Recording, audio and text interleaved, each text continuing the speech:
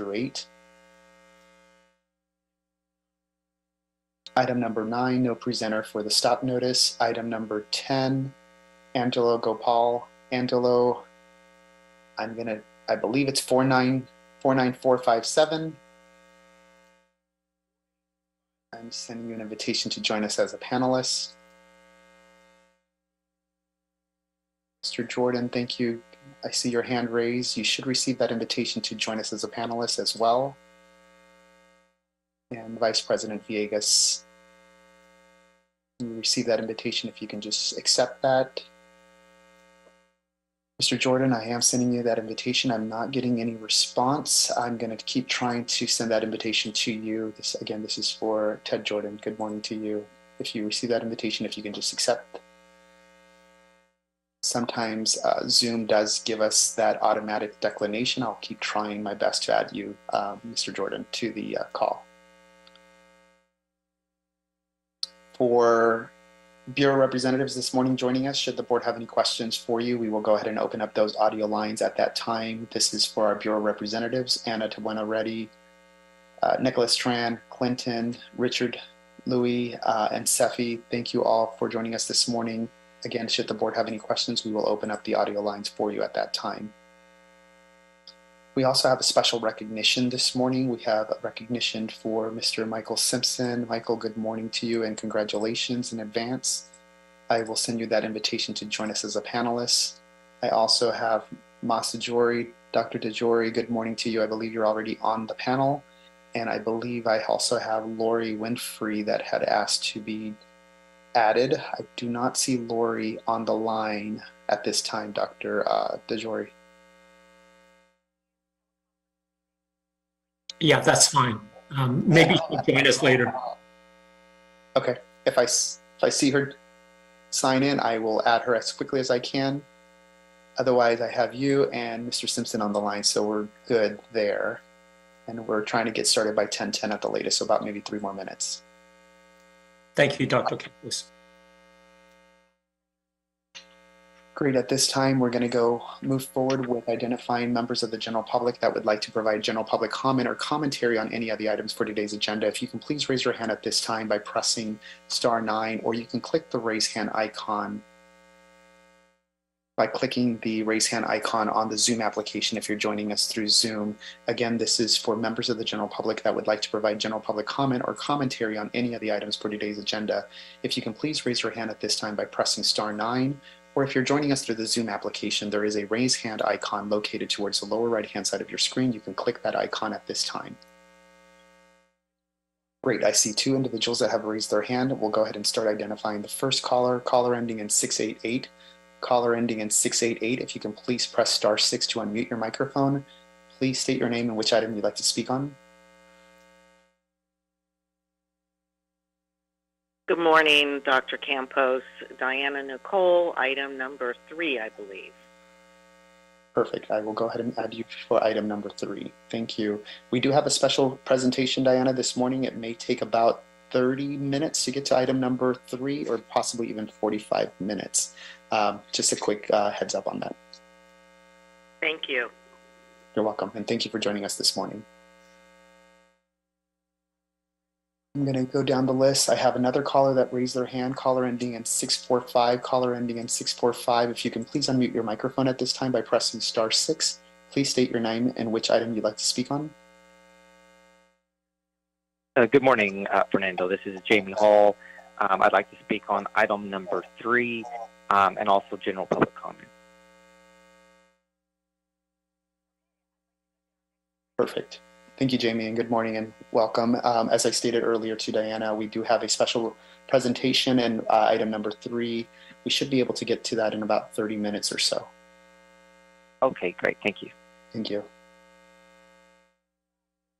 And we have one last person that has raised their hand, John Collinson. Good morning to you. If you can please unmute your microphone, please let us know which item you'd like to speak on. Yes, I will be commenting on item number 3. Perfect. Great. Thank you, and good morning to you, and thank you for joining us this morning. Thank you.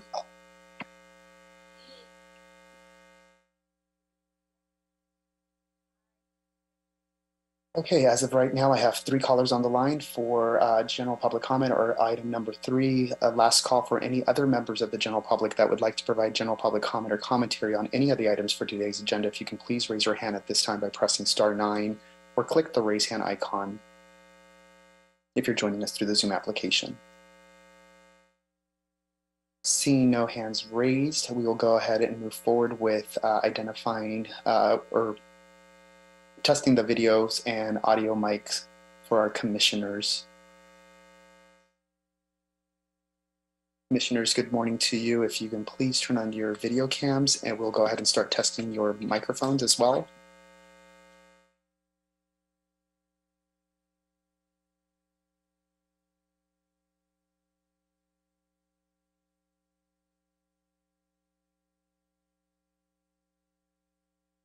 Commissioner Corzine, I see you first. I'm going to go ahead and spotlight you for everyone. Good morning to you. Good morning. Morning. And I see VP Villegas. Good morning. Good morning. And President Garcia, good morning to you. Do we want to test your audio? I do. Good morning, everyone. Perfect. Loud and clear. Okay. Great. And President Garcia, we do have Commissioner Reyes out on an approved absence on city business for today. And Dr. Davis, I see an AG sign in. I believe that's you. If you can turn on your video cam. If it is, I will go ahead and rename your user ID and spotlight you for everyone.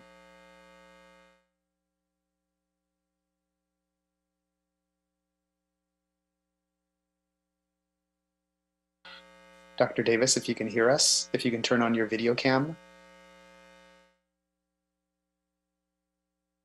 Or if you want to unmute your microphone, just test our audio at this time.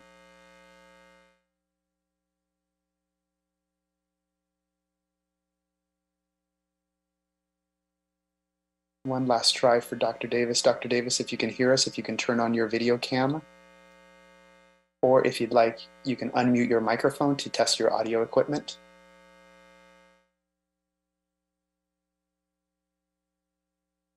Last call for Dr. Davis. If you're there, if you can hear us, if you can turn on your video cam or open up your microphone.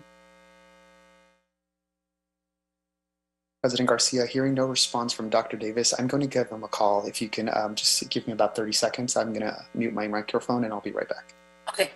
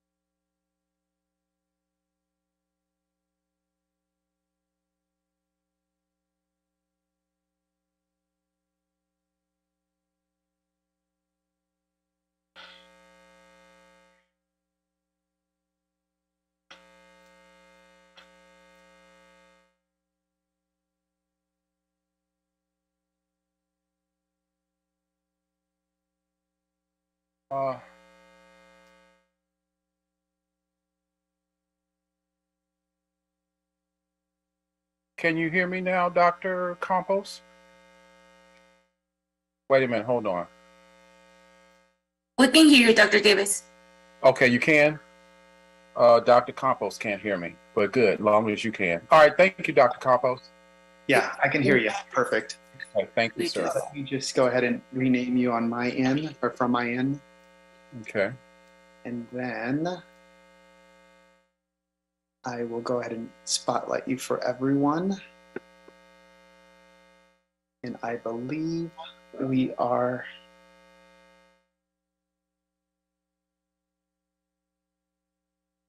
good to go. Perfect. President Garcia, we do have all 4 commissioners. Again, as I stated, Commissioner Reyes is out on an approved absence. I can go ahead and start the audio recording. Yes, please. And just as a reminder, we do have a special recognition this morning. Perfect. Let me go ahead and start the video for you. I'm sorry, the audio for you.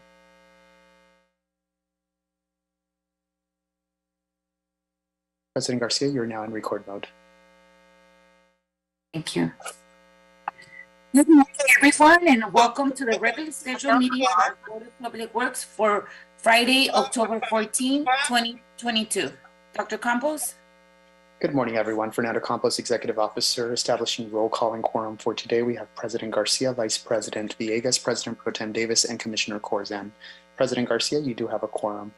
President Garcia, currently we do have one caller on the line. Under general public comment, we have no commentary from the Neighborhood Council comment section. We also have 3 callers on the line for item number 3. In addition to item number 3, we did receive one Google comment form on an online platform for item number 3. We also received an objection letter from the Urban Woodlands Working Group and also the Audubon Society from item number 3.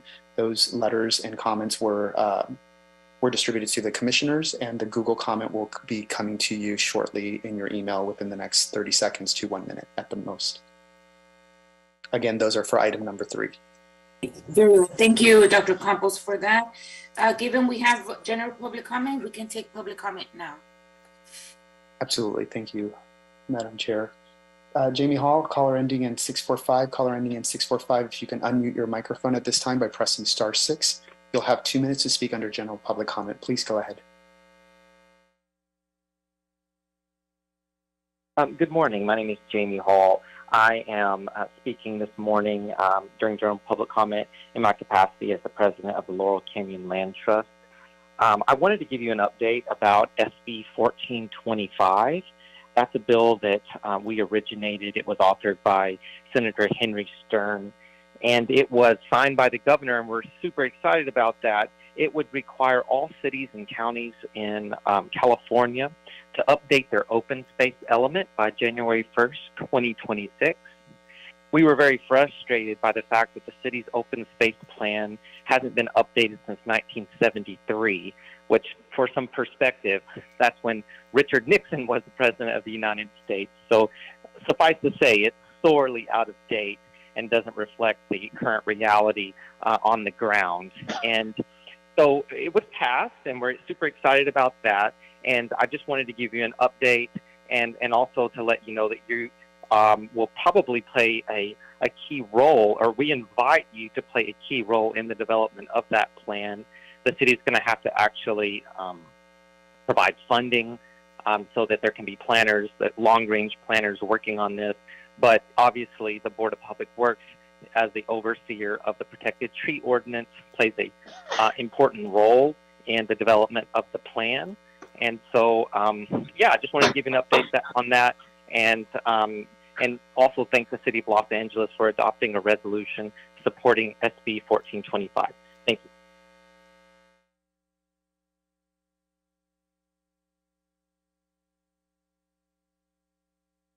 Thank you, Mr. Hall. President Garcia, that clears the queue for general public comment.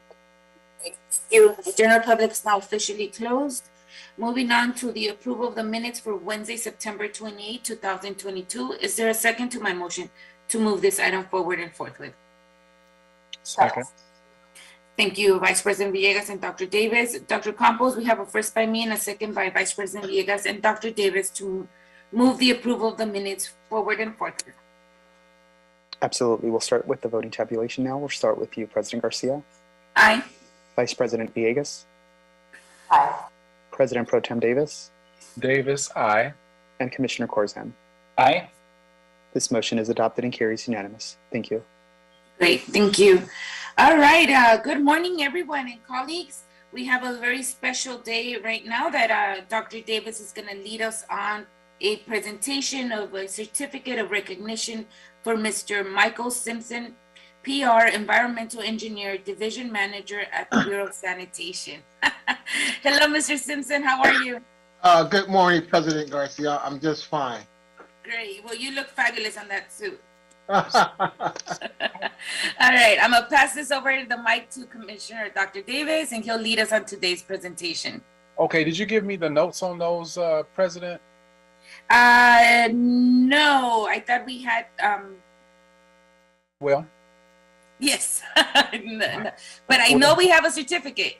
Well, not a problem. First, I would like to thank Michael for the work that he has committed to the city of Los Angeles in general, and particularly to the Board of Sanitation, and his work specifically with helping to improve the quality of life for engineers in the city of Los Angeles. He has dedicated a lot of time, not only in his job as an environmental engineer, as one of our senior engineers, quite frankly, in sanitation, but he cares a lot about the path in which young engineers travel in the city of Los Angeles. And as a result of that, he has given a lot of work to NSBE, the professional association. He has helped to establish a strong relationship with a new association and affiliate of the BEA Conference, which is an engineering association that's national in nature, and it creates an opportunity for us to strengthen our diversity.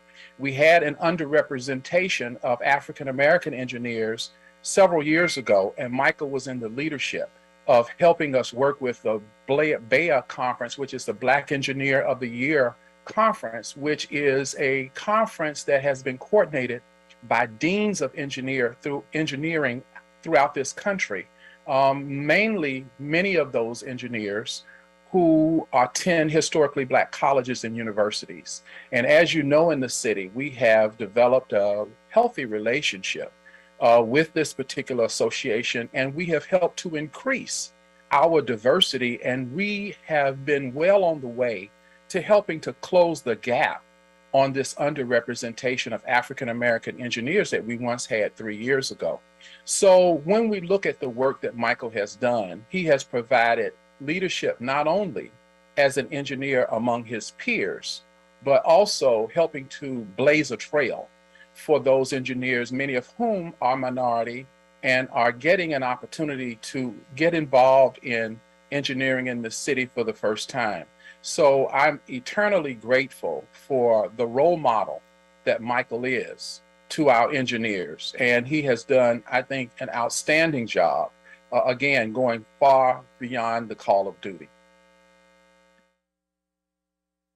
Thank you, Dr. Davis. I also want to add to that, that not only has he done this for many years, Mr. Simpson, but you've also did such a great and an extensive program this year.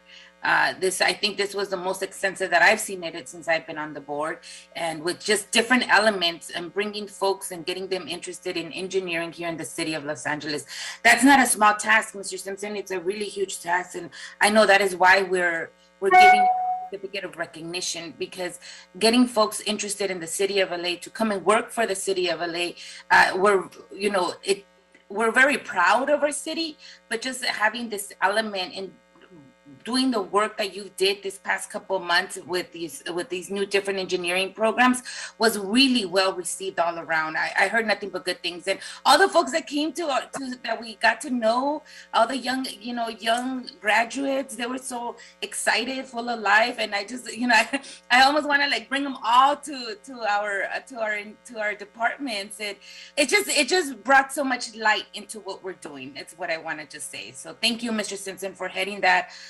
And under all the other responsibilities and obligations that you have to meet, you still were able to do this for other folks. And that speaks volumes of your character. So thank you for that, Mr. Simpson. We do appreciate you, and we appreciate the work that you and Dr. Davis have been doing for the past years now. Thank you. And I don't know if any of the other commissioners want to add anything. I'll open the mic for them, and then Mr. Simpson, hang on a minute. Mas gets to talk about you too, and then we'll pass it over to you. Commissioners, you guys want to say anything to Mr. Simpson? I will. Thank you. Congratulations. It's a record. Time to be able to be this long with the city, but more importantly, I've had the pleasure of also meeting many of the students that have done that you've been able to like bring in and help with that process, and just their eagerness to learn. And we know that they from all over the country, they come from all over, and so I feel that it's not just your obligation to work, but it's also nurturing the next generation, for this, city that is so important, and, the care that you take to be able to do, that work, certainly speaks, to your value system, that you have for this city. So just a huge congratulations and thank you. Thank you, Vice President Villegas. Commissioner Corson? It's hard to say something new because everyone has said something so well, but I'll echo what Vice President Villegas just said. I think the element of mentoring the next generation, coupled with, I think what Dr. Davis was saying, just bringing attention to Los Angeles and highlighting us as this incubator of talent and knowledge of the future of engineering, I think is a phenomenal task and feat that you accomplished, and hopefully it inspires other bureaus to look for ways to emulate that. So thank you to you, Dr. Davis, and the board office for really pulling this together. Thank you. Yes, thank you. All right, one more person. Turning the mic over to Mr. Mas DeJory. Mr. Mas, good to see you too, sir. Thank you very much, President Garcia. Good morning, everybody. My name is Mas DeJory, and I am an Assistant Director for LA Sanitation and Environment. And I'm here today to recognize Mr. Michael Simpson for his excellent leadership and accomplishments. Mr. Simpson is the division manager for our Industrial Waste Management Division and is responsible for our pre-treatment program. He is currently an active member of the National Society of Professional Engineers, the California Water Environment Association, the American Public Works Association, the National Society of Black Engineers, and a board member of the National Pollution Prevention Roundtable. Under his leadership, his division has numerous accomplishments that include the implementation of the following: a circular economy and materials exchange program, cannabis business regulations, a business assistance reopening team using ambassadors, implementation of various cross-training opportunities, and an environmental justice focus for routine facility inspections. As the manager of the Industrial Waste Management Division, he has brought forth leadership qualities that have restored a sense of job satisfaction, fulfillment, and recognition to the staff of IWMD. His division has been regionally and even nationally recognized for the following: its biomimicry program, green chemistry program, circular economy program, cleanup, greenup assistance, environmental justice work plan, cannabis program, One Earth education program, reusable foodware pilot, and the circular textiles program LA 2050 grant.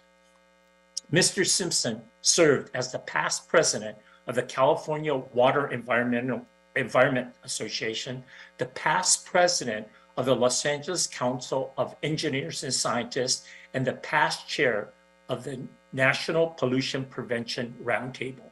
He has also provided valuable leadership in completion of the Environmental Compliance Inspector Training Manual, Summer Internship Program, Project Management Guide, Historically Black Colleges and Universities Recruitment, as well as Tech Day.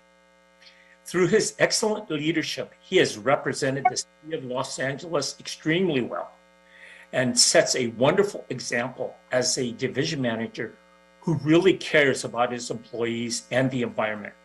Congratulations, Michael, on this well-deserved recognition. Thank you so much, Mas, and board members and President Garcia. This couldn't be really done without my faithful and great employees who work for me.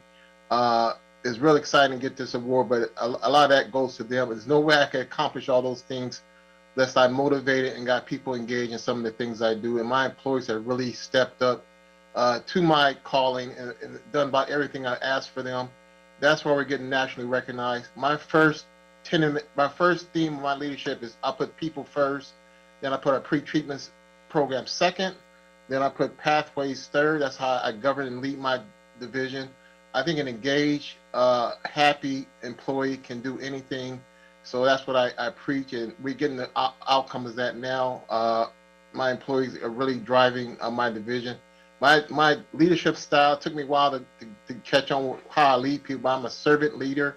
So the more you give me, the more I serve, the better off you be, the more I will lead you. So if you ask me for something, I'll try to get it done. That's just the service nature of me, and that's why I'm getting some of the results that I'm getting. It's been great to be working for the city of Los Angeles. After 30 years, you have to have something that you get up for, and this really motivates me to come to work. Leading the HBCU program has been really challenging. It's probably one of the biggest challenges I took on in my career. It's really because you have to work with other departments. The other departments have their own marching orders. To get them to come to LA San and do a program is asking a lot. And that has been very difficult at times, but we got over it. And now they're excited about the HBCU program. I can call up and get things done. The Water and Power, LAWA, Port of Los Angeles, street services, street lighting, general services. I have friends all over the city now, so it makes me very powerful. But that was very tough.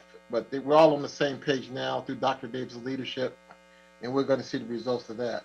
But I'm glad you guys recognize me, and I'm really proud of my employees to make this all done. Just last month, EPA Deputy Director of Pollution Prevention came and honored our division. We have one of the best pollution prevention programs in the world. We do look at the latest technology like green chemistry, biomimicry, and now we're looking at ecological wisdom to heal and move forward with the city of Los Angeles and our environmental endeavors. So we're very proud of that. With that, I'd like to say thank you, and we look forward to more big things for my division. Oh my God. I actually have two things. Like, when do you sleep, sir? You're in so many places. And then my next one, I have to say that, you know, you said some like green chemistry, ecological wisdom. I'm like writing them down. I want to know what they all are. So wow, you're very impressive, Mr. Simpson. Very impressive. Thank you, President Garcia. Thank you. Thank you for being here. And thank you, Mas, for bringing this presentation together. I really do appreciate it. And it's always so good to see our folks doing great things. And it's really important to highlight the work that you're doing. And Mr. Simpson, you are a true image of what we're looking for here in the city. And I really hope there's like many clones of you throughout the whole Bureau and our Department of Public Works. So if you can invent clones, let me know, okay? Okay, thank you. We can open up a division on that, because you're absolutely what we need in the city, and for 30 years. And I'm really excited when you said that you acquire leadership style and servant leadership. That's really beautiful. Thank you for doing that. I think a lot of us that here know what that is, and so we're very much in tune with how you serve. So thank you, sir, for doing that. Thank you. Thank you. Have a good rest of the day. I hope you enjoy your weekend. Enjoy today. All these other chairs and boards that you sit on will be there tomorrow, but take time for yourself and just enjoy all the good things you've done for us here at the city. Great. Thank you, Commissioner. Thank you, everyone. Have a good rest of the day. Thank you, Mas. Mm-hmm. Great. Congratulations. Yes, congratulations. Mm-hmm. All right, colleagues. It's always so weird to transition from such a like high energy recognition like that one, and then we're like, okay, now we have to go into business. But Mr. Simpson, thank you. That was a really nice presentation. Thank you, Dr. Davis, for leading that. Very nicely done too. Sure. All right, colleagues, moving on to item number 1. This is from the Bureau of Engineering. This is in all council districts, designated administrative agency of the Public Way Reservation System, recommending the board to 1, acknowledge that the board serves as a designated administrative agency of the Public Way Reservation System and shall thereby promulgate rules, protocols, procedures, and exceptions for the implementation and enforcement of ordinance number 186854, and 2, adopt the PWRS rules as established under the Los Angeles Municipal Code, LAMC, section 62.61, with no additional exceptions or rules at this time. And we have Mr. Wesley Tanjiri here on this item. Good morning, sir. Good morning, Wesley Tanjiri, Bureau of Engineering. and I agree, President Garcia, it's a tough act to follow, but I'll do my best. The item before you is to acknowledge that the Board of Public Works is the designated administrative agency of the Public Way Reservation System, or PWRS. I'll just provide a brief background on PWRS and what was updated. An ordinance was adopted in January 2021, updating and revising the existing language of PWRS, which was originally implemented in 2006 to help improve the coordination of construction activities and reduce the effects of traffic on businesses and residents in the public right-of-way. The original PWRS required construction or activity in the public right-of-way to post information on the Bureau of Engineering's Geographical Information System, or GIS, so that contractors, developers, and constituents can see what activities are taking place on certain streets at certain times of the year. Because the system was considered passive and relied on contractors, developers, and others to be self-regulating, revisions and updates were included in the recently adopted ordinance. I'll now briefly cover a few of the main new updates. The Bureau of Engineering sets the duration of permits and can now approve extensions on permits depending on the field conditions. Penalties were added, including substantial penalties for working without a permit or working without requesting for inspection. The rules were also clarified to include all activities, whether permitted by Bureau of Engineering or authorized by other city agencies, such as street resurfacing, filming, special events, or any activity that lasts longer than 4 hours. Moving forward, the Bureau of Engineering currently has one full-time position assigned to PWRS, and one new position was funded in the new budget. This staff will work on creating and implementing new rules and procedures and on enforcement, and to allow PWRS to be more effective and beneficial to the constituents and businesses in the city of LA. That concludes my report, and I'm available for any questions. Thank you, Mr. Jerry, for that. Colleagues, any questions on this item? Dr. Davis, I thought I saw your hand. Yes. Yes, you do. I need you to elaborate a little further for us. This proposal designates us as the administrative agency for Public Way Reservation System. Is that correct? And yes. In this effort, I guess we are being declared that today, or how long have we been designated as the agency? Has it been for quite a while? It's been designated since the ordinance in January 2021. Okay, in January 2021. And as we look at the Public Way Reservation System, what would you say that the core value of the Public Way Reservation System is? How would you summarize it conceptually? So basically it was implemented back in 2006 because there were a lot of complaints and issues with construction going on in the street that were not coordinated.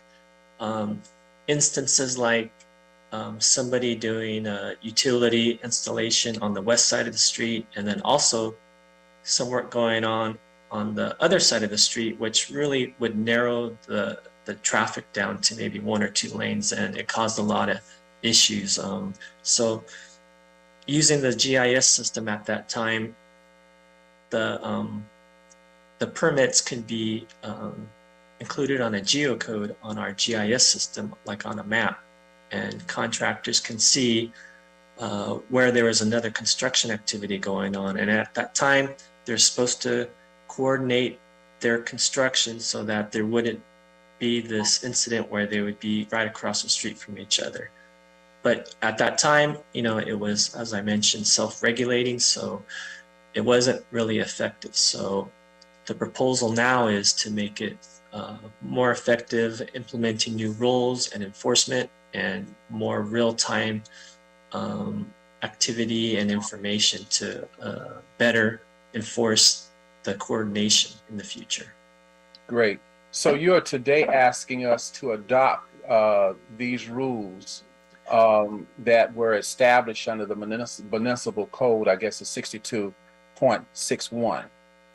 Well, yeah, go ahead. sorry, David. So it's basically to acknowledge that the board is the designated administrative agency, which, you know, you can designate Bureau of Engineering staff to be that. Sure. And that the specific rules have not been created yet, and that's what these two positions were funded to create these rules and implement them in the future. Mm-hmm. And we will be the custodian with the responsibility to make sure that this is done so that we can better manage our public way reservation system, correct? Correct. Okay, and you have, we are the oversight board, and you have within the Bureau of Engineering, you are in fact our de facto on the ground manager of this. You will consistently report to us various rules that we need to embrace and look at procedures, protocols, and oftentimes exemptions that we need to embrace in helping to better manage the, what do you call it, the PWRS, is that correct? Yes. And is there an inter-bureau committee that oversees PWRS? Or is it just one individual engineer as cases present themselves? So we have the 2 full-time staff. There's no committee, but you know, these rules and requirements regarding, like, say there's issues or appeals or problems, you know, those still have to be determined on how the Bureau of Engineering is going to implement those. So you will have recommendations for us in terms of, as we look at this as a policy, it's very clear that we need to assume responsibility to make sure that it's done. It's very clear to us that you have the expertise to do it. My question is an organizational question, is that you will determine within the Bureau how we go about in implementing the management of this on the ground. You will determine if there is a need for a committee to oversee these issues or just one individual. Who's responsible when it comes to our office right now, or your office, and on our behalf? When it comes to your office right now, that it is a challenge in PWRS, it goes to our chief engineer and he assigns it to an engineering staff member to review and recommend. Is that right? Yeah, that's right. There is not a need, and I don't want to create more bureaucracy, but is there a specific need to perhaps develop a committee? I guess if it is, the chief engineer will let us know, right? Yes. So, you know, if there are issues that come up that the 2 staff are not able to resolve and handle, you know, there may be a committee or some other group that may need to review and make determinations on this. I think it's similar to sidewalk dining, where we created the policy and then it came to the board for your approval. So that, I think that's how we're going to proceed on this. So we'll prepare the policy and then bring it to the board for approval. That's what I was going to conclude. So basically you're putting us on notice to have expectations to get regular reports on PWRS as a part of our responsibility, and to make sure that those issues are adhered to moving forward. All right, Yes. thank you. Thank you, Madam President. I'm going to go with Mr. Corson, but I think Vice President Villegas, you had raised your hand previously. I did. I can go to Commissioner Corson if you're fine with that. Yeah, that's fine. Okay, Commissioner Corson. Thank you. Wesley, thanks for the presentation. I know you and I had talked about this before, but I'm trying to remember if this includes like work from DWP that people can look up. And I think you had mentioned before that it's on Navigate LA, but other like third parties, for example, like if any of the telecoms are doing any road work or rewiring underground, is that also going to be a part of this? And will we find it? I'll give you an example in my neighborhood. One of the telecoms has been doing a lot of work but I haven't been able to find anything anywhere telling me where they're working, for what stretches, and how long. So just want some clarification if that's what this is for too. Yes, so utility work, if they need to get a U permit or utility permit, that information will be in the system. And third party type of work is, for instance, filming. It goes through a Filming LA group, which is not really the city of LA, but they post this information on when they're filming and if they're closing lanes or a street that goes on there. Street resurfacing from Streets LA, that information goes on. So pretty much any activity that is takes longer than 4 hours, they're, per this ordinance, are required to post it on PWRS. Okay, and then the fines are new though, right? Is that my understanding? Yes, the fines are new, yes. And then with the fine, was there like a study on why these amounts? I don't have that information on whether there was a study, but we did work with Streets LA on creating the fines, and we worked with the city attorney on the amounts. But I can look into it if you would like and report back, but I don't know the details. Commissioner, fines are a little bit different than fees. Fees, of course, we always do fee studies to ensure that we're not improperly collecting more than costs. Fines are different factors go in. So I don't know exactly what went into the specific fines, but they're treated differently than fees. I appreciate that, Mr. Jordan. I think I'm having a little bit of a PTSD of, given what we went through this last Wednesday and the previous meetings before, of a fine that had to come back to us 3 times. I just want to make sure, like, we're establishing rules here that we're clear of and we have an understanding of. So if we do have to have fines, we're all on the same page.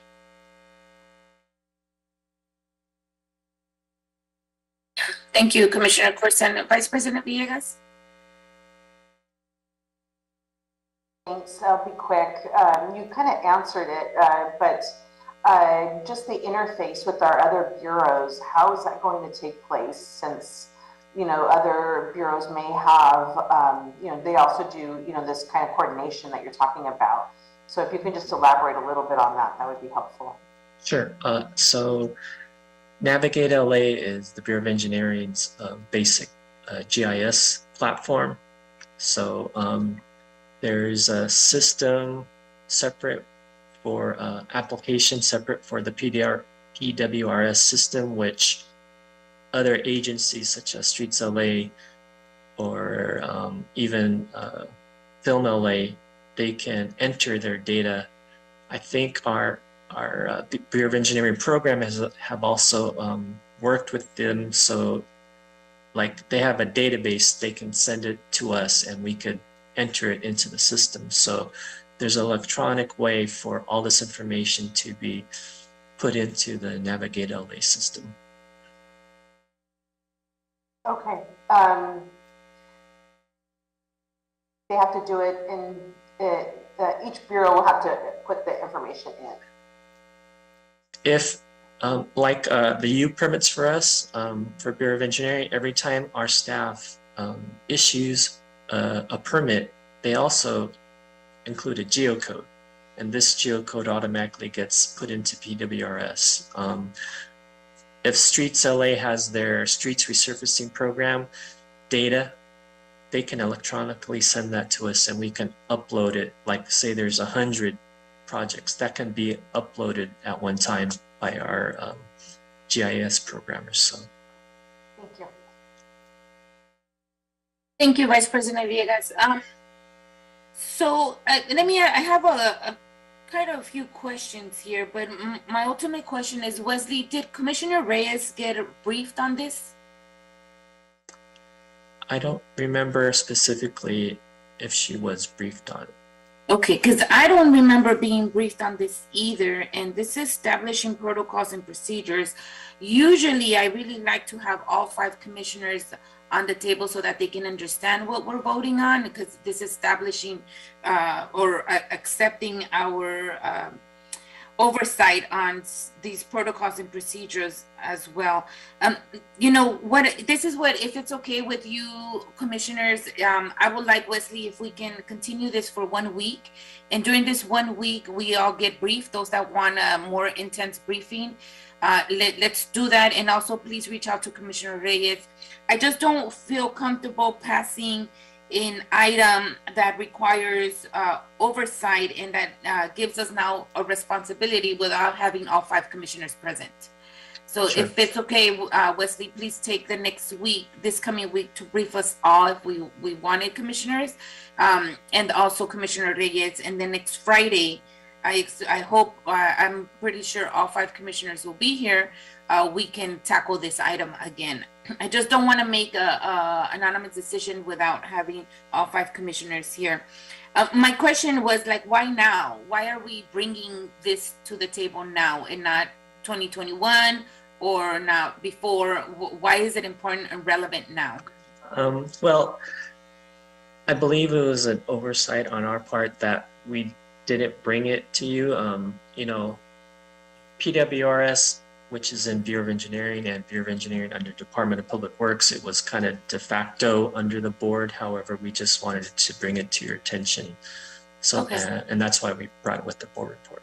Okay, no, agreed. And I think overall we're very thankful for that, because it now gives us the, you know, now we're aware of the authority that we have under this type of you know, under these protocols. But I just want to make sure that we are clear on what this is going to look like, how you're framing it within BOE, and then the other thing I would want to see is, how is this going to look out facing? I know there's going to be a lot of internal work, but how are you going to let the public or us know that, you know, that these protocols are in place, and what is it? So I think there's a little bit more that I want to be comfortable with as well. So Dr. Campos, if it's okay, can we put this on the agenda for next Friday? And before I do that, colleagues, any objections on that? Okay. Dr. Campos, can we continue item number 1 to next Friday? And Madam President, what was it that we were needing to review until next Friday? Just well, one, Commissioner Reyes is not here so that we can have all 5 commissioners here, so she should get briefed. And second, I also want to be briefed on this and get a little bit more understanding of how this is implemented within BOE and how this is going to look for the public. So and that's what I want. But Commissioner Davis, you're free to receive a briefing in the meantime if you have more questions, and Commissioner Corson, and as well Vice President Villegas. I'm not hearing back from Dr. Campos. Dr. Campos?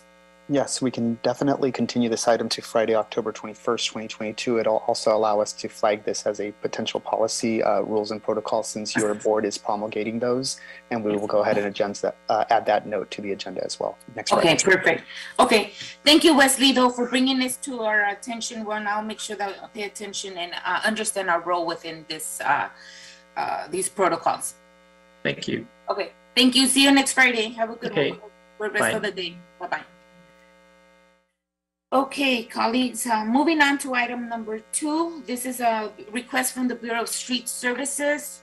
This is an all-council district task order solicitation number 702A and 702B, Tetra Tech Inc. and MGE Engineering Inc., pre-qualified on-call bridge, civil engineering, and other design and support services consultants list. Recommending the board to 1, authorize the Bureau of Street Services Director to issue the task order to Tetra Tech Inc. from the pre-qualified on-call consulting list to provide design and engineering support services for civil engineering and design support Bureau of Street Services programs as stated in task order 702A, with a budget authority of $1,254,334, which includes contingency and as-needed construction management services. And 2, authorize the Bureau of Street Services Director to issue the task order to MGE Engineering Inc. from the pre-qualified on-call list consultant to provide design and engineering support services for civil engineering and design support for the Bureau of Street Services as stated in Task Order 702B with a budget authority of $1,438,027.91, which includes contingency and as needed construction management services. And we have Mr. Al Bazzi here this morning. Good morning, sir. Good What do you have going morning. Good morning. Thank you, President Garcia. I'm Al Bazzi from Bureau of Street Services, aka Streets LA. So thank you for the long introduction, Madam President. So this board report is for the award of task number 702 to provide design and construction management services, basically for access ramps, for the design and construction of access ramps to support the city's pavement preservation program. So Streets LA Pavement Preservation Program maintains all of our city's improved streets and alleys. This is the city's network is comprised of 23,000 lane miles of streets and also 800 miles of alleys, which makes us the largest municipal street system in the nation. So as part of this resurfacing program and other capital street improvement projects as well, Streets LA designs and constructs new and upgraded access ramps to comply with the latest city standards, and of course, as well as complying with the ADA. So currently we have a sizable backlog of access ramps related to the program that need to be designed and constructed. The reason is that resurfacing is moving faster than we can keep up with the access ramps. So as part of the Mayor Garcetti's fiscal year 22-23 adopted budget, funds in the amount of $9.7 million were allocated and provided for Streets LA for the design and construction of access ramps associated with the pavement preservation activities in the city. In addition, Streets LA received $1 million from LA DOT for this task as well, which puts us at $10.7 million in available funds this fiscal year for this program. With that said, Streets LA's design capabilities are currently fully committed to other existing program work.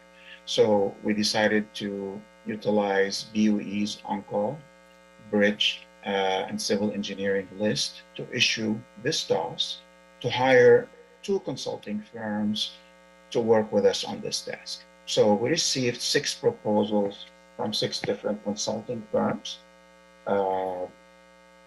We listed the firms in the board report. I will not go through all of them.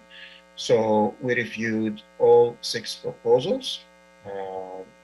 We interviewed all 6 firms, and we selected the top 2 firms. And I would like to note that our selection was based solely on their qualifications, not on cost. This is per the federal guidelines that dictate the process to us, and we cannot consider cost as part of the selection process.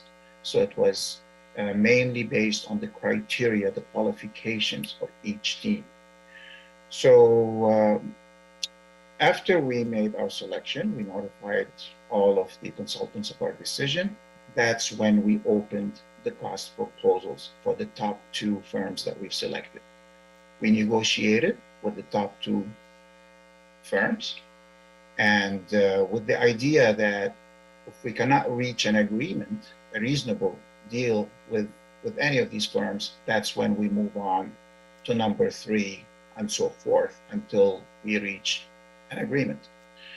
So I'm happy to report we were able to reach agreements with the top 2 selected firms. MGE, their original proposal was $2.3 million. We negotiated the price down to $1.44 million, including contingencies. Original proposal from Tetra Tech was $1.6 million. Happy to report we negotiated the price down to $1.25 million. That puts us as a combined ask for today's TOS of $2.7 million. What are we getting for this $2.7 million? We're getting survey services, we're getting design services, we're getting construction management services to support the design and construction for 500 ramps. And we divided them between the two firms. That's 250 ramps each. That concludes my report. I'm open for questions. Thank you, Mr. Bazzi, on your very thorough report. Any questions, colleagues? No. See how thorough you were? Thank you. Thank you. None of us have questions. We totally understand what you're doing. All right, colleagues, is there a motion on the table on item 2 to move forward and forthwith? So moved. Thank you, Dr. Davis. Is there a second? I'll second. Dr. Campos, there's a first by Dr. Davis and a second by me to move item number 2 forward and forthwith. Absolutely. We'll start the voting tabulation now. We'll start with you, President Garcia. Aye. Vice President Villegas. President Pro Tem Davis. Davis, aye. And Commissioner Corzine. Aye. This motion is adopted and carries unanimous. Thank you. Great. Thank you very much, Mr. Bazzi. That was easy for you on this Friday morning. Thank you so much, Madam President. Thank you, sir. Have a good weekend. Thank you so much. Bye-bye. All right. Moving on to item number 3. Dr. Campos, I believe we have public comment, right, on item number 3? That is correct, yes. Okay, we'll take public comment now. Absolutely. Let's start with caller ending in 688, caller ending in 688. If you can please unmute your microphone at this time by pressing *6. The Board of Public Works is now considering item number 3. Please go ahead. You'll have 2 minutes to speak under this item. Good morning, Commissioners. It's Diana Nicole with the Los Angeles Audubon Society. LA Audubon is one of the environmental organizations that joined a letter addressed to you with other leading environmental nonprofits across Los Angeles that Dr. Campos shared with you this morning. I hope you take a few minutes to read our letter so you can fully understand what you are voting on. Although we strongly endorse the use of native trees in places where they did not naturally occur, establishing street tree plantings was not the goal of the Oak Tree Ordinance. Was also not the goal of the Oak Tree Ordinance to give a significant amount of those monies for labor. And it's not the goal and policy of our Protected Tree Ordinance today. The goal of the Oak Tree Ordinance was protecting existing oak woodlands and their ecological value. No matter how ecologically beneficial using native species as street trees may be, it's not as beneficial as restoring them in the areas where they were and were once found and still have the benefit of being functionally connected with persisting native oak woodland habitats. Commissioners, I know our urban forestry staff is well-meaning, but this is an example of the environmental mistakes. And environmental mistakes are really important right now, given our climate. But this is an example of the environmental mistakes that happen when we take an arborist approach instead of an ecological or a biological approach to the urban forest and forestry. We therefore request that the funds accumulated in the Public Works Trust Fund number 834 not be redirected to a street tree planting project. Instead, city staff should undertake a transparent process with adequate public input to plan for the use of such funds to acquire or restore native woodlands in ecologically appropriate locations consistent with the Ecotope framework established in the city's 2020 biodiversity report, and also consistent with Governor Newsom's 30 by 30 initiative, which this city passed a resolution to support. Thank you. Thank you, Diana. We'll move on to the next caller, caller ending in 645, caller ending in 645. If you can please unmute your microphone at this time. The Board of Public Works is considering item number 3. You'll have 2 minutes to speak under this item. Good morning. My name is Jamie Hall. I am the president of the Laurel Canyon Land Trust, the Laurel Canyon Association, and the vice president of the Federation of Hillside and Canyon Associations. I'm speaking today on behalf of the Laurel Canyon Land Trust. I hope you received the joint coalition letter that was submitted by the Laurel Canyon Association, Save Coldwater Canyon, Sunshine Hill Residents Association, the Studio City Residents Association, the Federation of Hillside and Canyon Associations, United Neighbors for Los Angeles, the Nichols Canyon Neighborhood Association, the Laurel Canyon Land Trust, the Los Feliz Improvement Association, and the Bohemian Sunset Plaza Neighborhood Association. We join in asking that the board utilize this money to preserve native oak woodlands instead of planting 154 oak trees in the median. In my capacity as the president of the Laurel Canyon Land Trust, we have acquired over 30 acres of open space in Laurel Canyon and raised over $3 million. The city of Los Angeles has contributed, of that $3 million, $20,000. So the city's been noticeably absent when it comes to funding open space acquisition. And now you've been presented an opportunity, $666,000 that could be used for this purpose. And so we think that you should use your discretion to develop a program to equitably use the money to preserve open space. And the other thing is, look, it's just an inefficient use of the money. $304,000 is proposed to be used just to water these 154 trees the first 4 years, and $250,000 for staff salaries and overtime.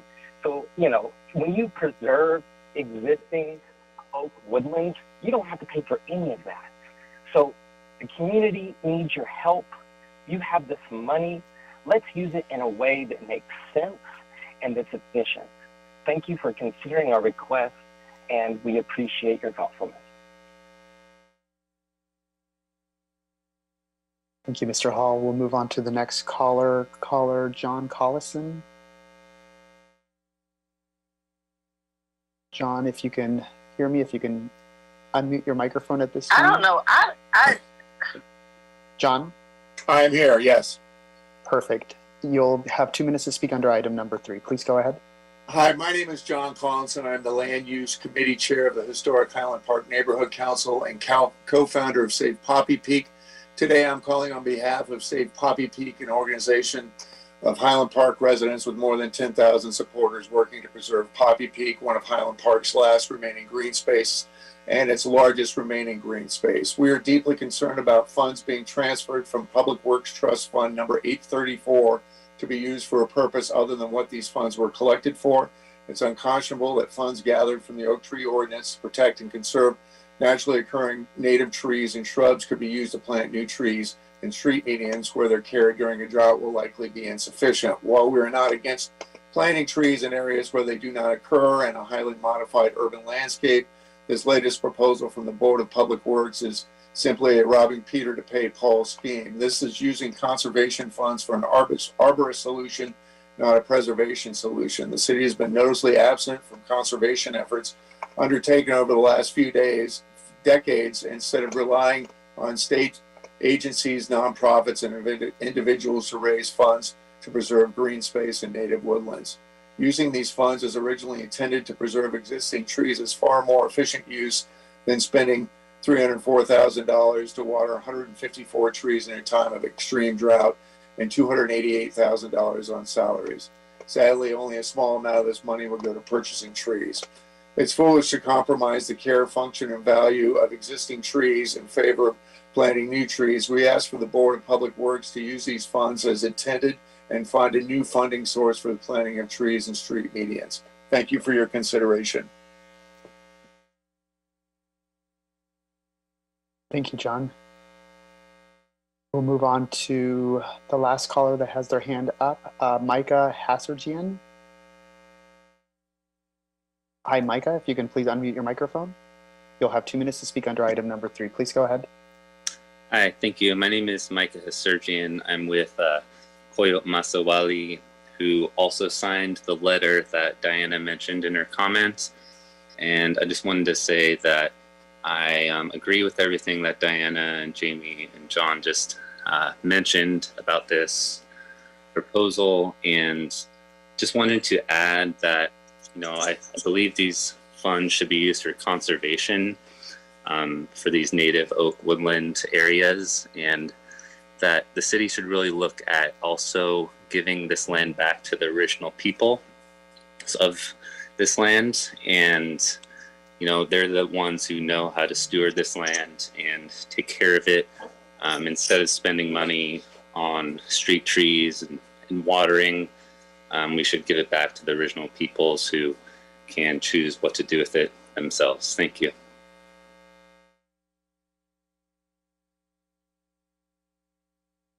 Thank you, Micah. We'll move on to one more person that just raised their hand, Teo Acosta. If you can unmute your microphone at this time. Hello, my name is Teo Acosta. I'm the creator of Forest Summoner, a heavy metal label and also reforestation project in the Mojave, and I am here to say that I think this is pretty ridiculous. I think this should not be funded. This money was allocated for the defense of oak trees. That the fact that planting 154 or so on streets is not what this was designed for. I think, as others have said, I agree with pretty much everything everyone said, is that it's much easier to take care of trees that already exist. And the money that it would cost to water all these trees for the next 4 years is kind of just a waste, in my opinion. I think this money should be used for what it was for, and we should defend the trees that are already there. Scientists agree everywhere that already existing trees will help battle climate crisis, and we are in the final stages of this, where we can, a few years from now, we're gonna be looking back and be like, why did we plant a bunch of trees that didn't make it? There are phantom forests all over this planet for initiatives like this, where they're trying to plant mass trees. That isn't what is needed. We need to take care of the trees that are already here. I yield my time. Thank you. Thank you, Teo. And President Garcia, that does clear the queue for general public comment on item number 3. Just also to note, we do have representatives from Council District 7 and 11 on the line, and if they do want to speak, they can raise their hand at this time. Okay, see no hands raised. Oh, there they are. 2 hands raised. So Council District 7, Jose Hernandez. Hello, everybody. Jose Hernandez from Council District 7 here. I just want to briefly acknowledge that the planting of 15 oak trees along the Mission Park, along Brand Boulevard between Mission Park Avenue to, I believe it's the San Fernando city limits. We are aware of needing more of a existing urban canopy within the city, and I believe the planting of these 15 oak trees along that boulevard will more than help out with the situation here, especially in the East San Fernando Valley, where temperatures are hot usually, and we are in need much more of urban canopy presence within our district here in Council District 7. Thank you very much, everybody, for your hard work. Thank you, Jose. And then we'll move on to CD11. Noah, good morning to you. Good morning, Dr. Campos, and good morning, Board of Public Works Commissioners. My name is Noah Fleischman. I'm the District Director for Los Angeles City Council member Mike Monanen. I'm joining this call to speak in support of item number 3. I'll defer any of the benefits about the arborist standpoint to my much more intelligent and prepared colleagues from Bureau of Street Services and Urban Forestry that are on here. But we're very supportive of Urban Forestry and Bureau of Street Services proposal to plant over 30 new oak trees on Manchester Avenue between Sepulveda Boulevard and Falmouth Avenue. This is a gateway street to Los Angeles International Airport. It's also a gateway between the city of Los Angeles and our sister city, or excuse me, our neighboring city, the city of Inglewood. It's a highly trafficked area. A lot of bikers and pedestrians use this area, and it's unfortunately not the most aesthetically pleasing area.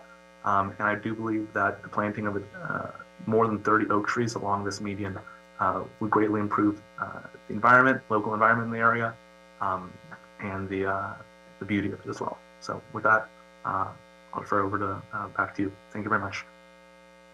Thank you, Noah. And President Garcia, we did have Shelley Bellick that raised her hand during public comment. If that's okay, we'll go ahead and take Shelley's comment. Shelley, if you can hear us, if you can please unmute your microphone at this time. The board is considering item number 3. Please go ahead. You'll have 2 minutes to speak under this item. Thank you, Dr. Campos, and thank you, commissioners. I have been listening to the hearing and this item. Rachel Malarich, the CFO, and Norman Tanada did present to us at our last CFAC meeting. And although we didn't have the full board report and details of exactly, kind of the background, which I did see this morning, I just want to offer a couple of comments. One is that I really listened to the comments that came previously, and although philosophically I couldn't agree more that this money would be better spent in preservation of existing woodlands, I'm not sure if legally that is something that you can do, if you can move the monies to a different for a different purpose. And I know that I'm sure that Norman Tanada and Rachel and the folks at UFD worked really hard to figure out where those monies came from and what council districts, and I know council district lines have changed. So I don't want to minimize all the work that went into figuring this out. I also appreciate that UFD has spoken to several of us about actual planting sites. So we really appreciate that communication. So what I would like to propose is that if it's possible to look at future monies that come in from development projects, if it's possible to start a fund for the purchasing of woodlands and for the protection of existing woodlands like Poppy Peak, like Paradise Hill, like so many other places that need our protection. I really beg all of you and the city attorney's office to look at how that can be made possible. Because there is no replacement. No matter how many native trees we plant in the medians and parkways, we're not going to be able to replace the DNA, the habitat, and the wildlife that live in those woodlands. So I apologize for jumping in last minute, but I felt that it's really important to recognize the work that went into this report and into this effort, and hope that something can be improved for the future. Thank you very much for giving me this time. Thank you, Shelley. President Garcia, that does clear the queue for all hands raised for public comment under item number 3. And thank you everyone. Really appreciate everybody's time and commitment. I'll read the item into the record, and then I'll pass it over for the to you, Dr. Campos, for the presentation, and then we can have a discussion around this if needed. Okay, so this is Executive Office. This is a Advisement in Council District 4, 5, 7, 11, and 12. Item number 3, Public Works Trust Fund number 834, Oak Tree Deposits Funding Relocation. Recommending the board to 1, approve and forward this report to the City Council and Mayor with the recommendation that the City Council, subject to the concurrence of the Mayor, to concur with the finding and determination that a reasonable relationship or a nexus exists for funds in the amount of $666,926.68 with the Public Works Trust Fund, Fund 834, Oak Tree Revenue Source account, when said funds are used for the procurement, planting, and watering of 154 oak trees. Recommending the board, item number 2, find that a proposed use of fund deposits in the amount of $66,926.68 when originally collected and received were based on ordinance, policies, and/or codes pre-established by the city to have a relationship between the purpose and intended use, and B, it is in the city's best interest to implement various public works projects and services based on this pre-established relationship to serve a public good. Recommendation number 3, determine that a nexus exists and is supported for deposits between the deposit's original purpose, location, and use of said funds in as much as $664,032.68 represents available deposits and fees collected post 1989 to fund public works projects and services based on the original deposit fee intent and nexus to the specified or non-specified project type and location boundary, and $2,894 represents available deposit fees collected pre-1989 to fund public works projects and services, which the latter has greater fund use flexibility, no restriction. Recommendation number 4, authorize the Board of Public Works Director of Accounting to transfer $362,183.28 from available funds from the Public Works Trust Fund number 834, Department 50, RSC 574211, Oak Tree Deposit to the General Fund 100, Department 86 for the procurement, planting, and the first year watering of 154 oak trees to increase appropriation account authority as follows. There's a slide table on it that I'll just, please refer to the board report on that slide table if you need a breakdown. Recommendation number 5, authorize the Board of Public Works Director of Accounting to transfer $304,743.40 from available funds within the Public Works Trust Fund number 834, Department 50, RSC 574-211, Oak Tree Deposits to the Street Services Transaction Fund number 64C, Department 50, RSC 5188, miscellaneous revenue for the watering of the oak trees over 4 years after they have been planted. And 6, authorize the executive officer of the Board of Public Works to make technical corrections as may be necessary to carry out purpose and intent of this report and forward requests to the controller and or city administrative officer as needed. That was very long, Mr. Dr. Campos. Got to talk about those long reports. Okay, sir, I am going to turn this over to you and the team that we have here today and to lead us on today's presentation. Thank you. Thank you, President Garcia, and good morning to all commissioners. Fernando Campos, Executive Officer with the Board of Public Works, and good morning to you, Mr. Jordan, as well. The item before you, as you read into the record, President Garcia, does require, it's a complex matter. It's a matter that requires a lot of deliberation, a lot of research that went behind this item. As you read through the recommendations, not only is your board asked to make a finding and a determination that a reasonable relationship exists for these funds, but also authorization to transfer the $666,000 from the Public Works Trust Fund number 834 into the Bureau of Street Services fund or their operating budget to plant 154 new oak trees in 5 different council districts. I do have a short presentation that I'd like to share with all commissioners this morning.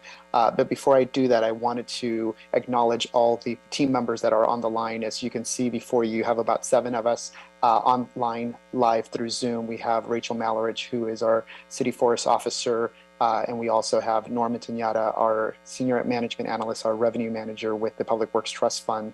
We have David Miranda, our Chief Forester, and also Hector Benuelos and Stephen Dupree from the Urban Forestry Division at the Bureau of Street Services. And we couldn't have done it also without Rose Karagizian, who is also with the Bureau of Street Services Financial Management Division. There are other team members that have spent a lot of time just to get us to this point, approximately 9 months of effort meeting on this on a monthly basis to try to identify how to use these funds and also propose an option that your board can consider to utilize these funds, again, to plant about 154 new oak trees. Lolita Mejia was also very instrumental, along with Stephanie Clemens, Danelle, Miranda, Elias Najjar, and Maricel El Amin was also part of the team. So it took a group of us just to get to this point, again, about 9 months just to get to a point where we can present this concept to you. I am going to share my screen with you very shortly, and please bear with me as you'll see a split screen first, and then I will maximize that for everyone there.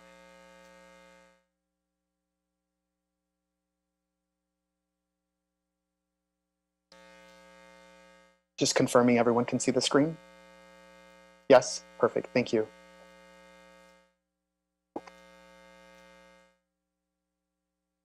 As indicated in slide number 1, the Public Works Trust Fund is a fund that is an escrow account. The escrow account works on behalf of the depositors. We collect funds and we collect monies from permits on trust or on behalf of developers and permittees. About $150 million is currently in the Public Works Trust Fund. The account is made up, or the fund is made up of about 43 different accounts. This is approximately the third or fourth time that we've come to your board in the last 5 or 6 years to utilize some of these funds for the purpose in which they were collected for originally. The item before you is specific to oak trees. I wanted to also take an opportunity to share with you that we do have 3 different accounts in the Public Works Trust Fund that are tree related. One is for street tree planting, which is better known as our city plants funds. These are funds that are transferred over from the Department of Water and Power to implement some of their initiatives, and working with our Chief Forest Officer along with city plants, we are able to implement those initiatives for the Department of Water and Power. In addition to that, we have street tree deposits, about $2 million that are sitting in the Public Works Trust Fund. This is next on our agenda. So as soon as we address the oak tree deposits, we are going to start endeavoring into the forensic audit, if you will, and review of about approximately 100 deposits under the street tree deposits account, totaling about $2 million. So you will definitely hear something in regards to that, but that's not the item before you. The item before you, again, is the oak tree deposits. The oak tree deposit line item has approximately $700,000 in the fund, in which we are requesting the use of $666,000 from this account. The remaining $50,000 or so is for an ongoing project, and that project is currently under development, and those funds will and are intended to be used for that specific purpose at that specific site. So you may ask, in regards to the $666,000, it is made up of about 19 deposits, 19 permits, 38 deposits. Some of these deposits have been with us since 1986, 2 of them before the 1989 legislation that was passed in 1990, known as the California Fee Mitigation Act. And many of these deposits also came in the early 90s all the way to the early 2000s. There is one that came in 2018. The reason I'm highlighting this is that these funds have been sitting in our Public Works Trust Fund for decades, in some cases more than 2 decades. So this is the first time that we're actually proposing something for your board to consider. And of course, the mayor and city council will also opine on this, but we are proposing to utilize $666,000 to plant, again, 154 new oak trees in council districts 4, 5, 7, 11, and 12. Through our forensic review of the trees, one of the things we needed to do is establish a nexus or establish a reasonable relationship. Not only did we have to look at establishing that relationship, but also looking at the funds in which they were originally received, and whether the trees were either replanted, or if there was some mitigation, or if there was some preservation done for these deposits. Our evidence and our review of the records indicated that approximately 5 permits, about $419,000, were for development projects in Council District 12. 4 permits or 4 projects in the amount of $171,000 were in or around Council District 11. 5,000 or only 1 permit in Council District 5, and 1 permit in Council District 4 for about $13,000. The item before you also has a slight deviation from our policies and our rules and guidelines. These rules and guidelines were adopted by your board and also city council and the mayor in 2018. The 8 permits total about $59,000. Our records do not indicate the location, and so therefore we were unable to determine a council district in which those funds needed to be reinvested in. The good news is that we do know that this is for the oak tree ordinance, and we know that this is for oak tree in general. So we do know the specific purpose. We just do not have the location for this $59,000. As I mentioned, the $50,000 that will remain in this account is for a project that is ongoing, that's active, and we do plan to finish that project now. So therefore, this item before you does have a small risk, a small policy deviation of about $59,000. And the proposal is to repurpose that funds to plant oak trees for the original intent, however, planting them in Council District 7. And so, board members, you may ask, why Council District 7? Based on our analysis, we have Council District 6, 7, 8, 9, and 10 that historically have low tree canopies in those areas. So we looked at the areas that have low tree canopies, and we also looked at ways that we can address some of those low tree canopy metrics in those districts. So of the 15 council districts, 5 of them were in that category. From there, our method was to then start looking at the types of projects that occur in these districts. So again, 6, 7, 8, 9, and 10. Of those, we identified 6, 7, and 8 to be those districts that tend to have the lower amount of development projects. In addition to that, also drawing from our experience from the tree guarantee fee, which is not before your item today, but our experience from the tree guarantee fee ordinance, Council Districts 6, 7, and 8 also have the lowest percentage of development projects that utilize the tree guarantee fee option.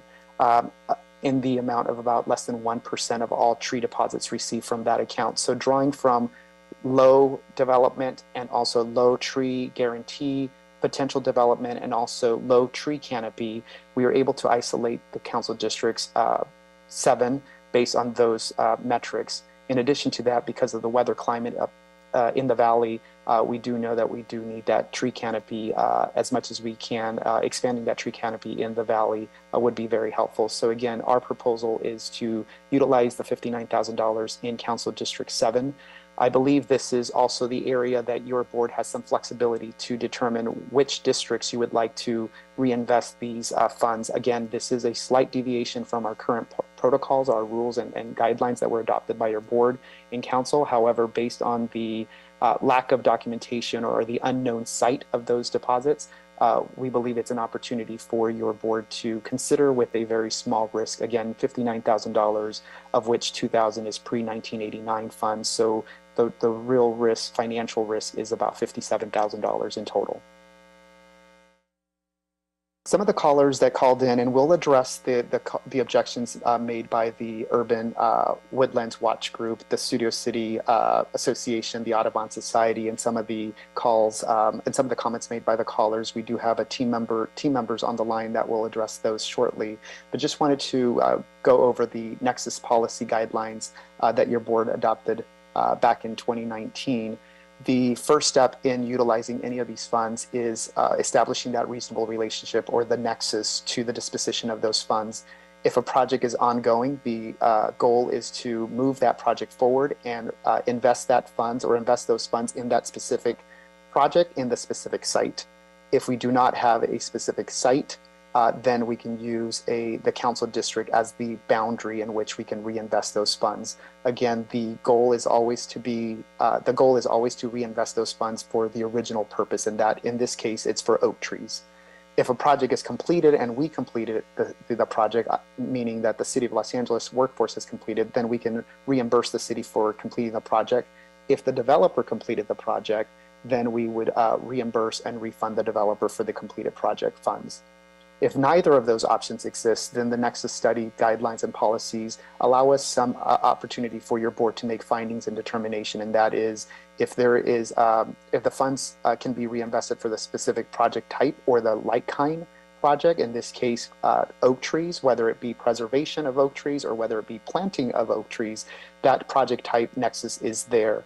The location is also another opportunity for whether to make that determination. If it's unknown, then the close geographical nexus to us is the council district, and this is something that we proposed back in 2018. So following our policies and guidelines, we are proposing to utilize those funds in that council district in which we have the data for. And again, as I mentioned, pre-1989, there was a California Fee Mitigation Act that was passed by our state legislature that required certain parameters and restrictions to any deposits received post-1990 when it took into effect. So we do have 2 deposits in the amount of about $2,000 that are pre-89. There's no restrictions there. There's full flexibility for your board to utilize those funds in any manner that you'd like. We would recommend that you use it for the same specific purpose, again, in this case, oak tree deposits or oak tree planting. With that, I'm going to pass the presentation over to Norman Tanyata, who will talk about the tree species and also the cost by line item, addressing some of the concerns from our the comments that we received regarding labor. I just wanted to point out that although the labor costs in the report indicates $288,000, only $211,000 is for labor costs, and the remaining amount of $77,000 is for watering for the first year. The proposal before you is not only procuring the tree, planting the tree, establishing the tree, and watering that tree for 5 years. So every tree is approximately $4,300. After Mr. Tanyana presents his part of the presentation on costs, we will also ask Ms. Malarich to talk a little bit about the preservation and also the difference between the preservation and the replacement or the planting of trees and the sites in which we are proposing to plant those trees. Mr. Tanyata, if you'd like, you can go ahead. Thank you, Dr. Campos. Good morning, President Garcia, Vice President Villegas, Board Commissioners, City Attorney, and again, thank you, Executive Dr. Campos, Mr. Executive Officer.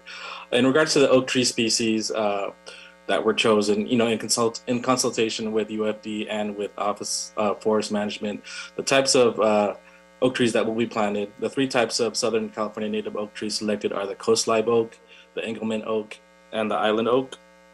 I believe these species were selected based on their low to moderate watering requirement. They are adaptive to cities' changing climate. They provide shade to reduce the heat island effect. And the branch canopies will absorb air pollution, and they are keystone species that provide habitats to wildlife, the plants, and insects, and birds, and etc.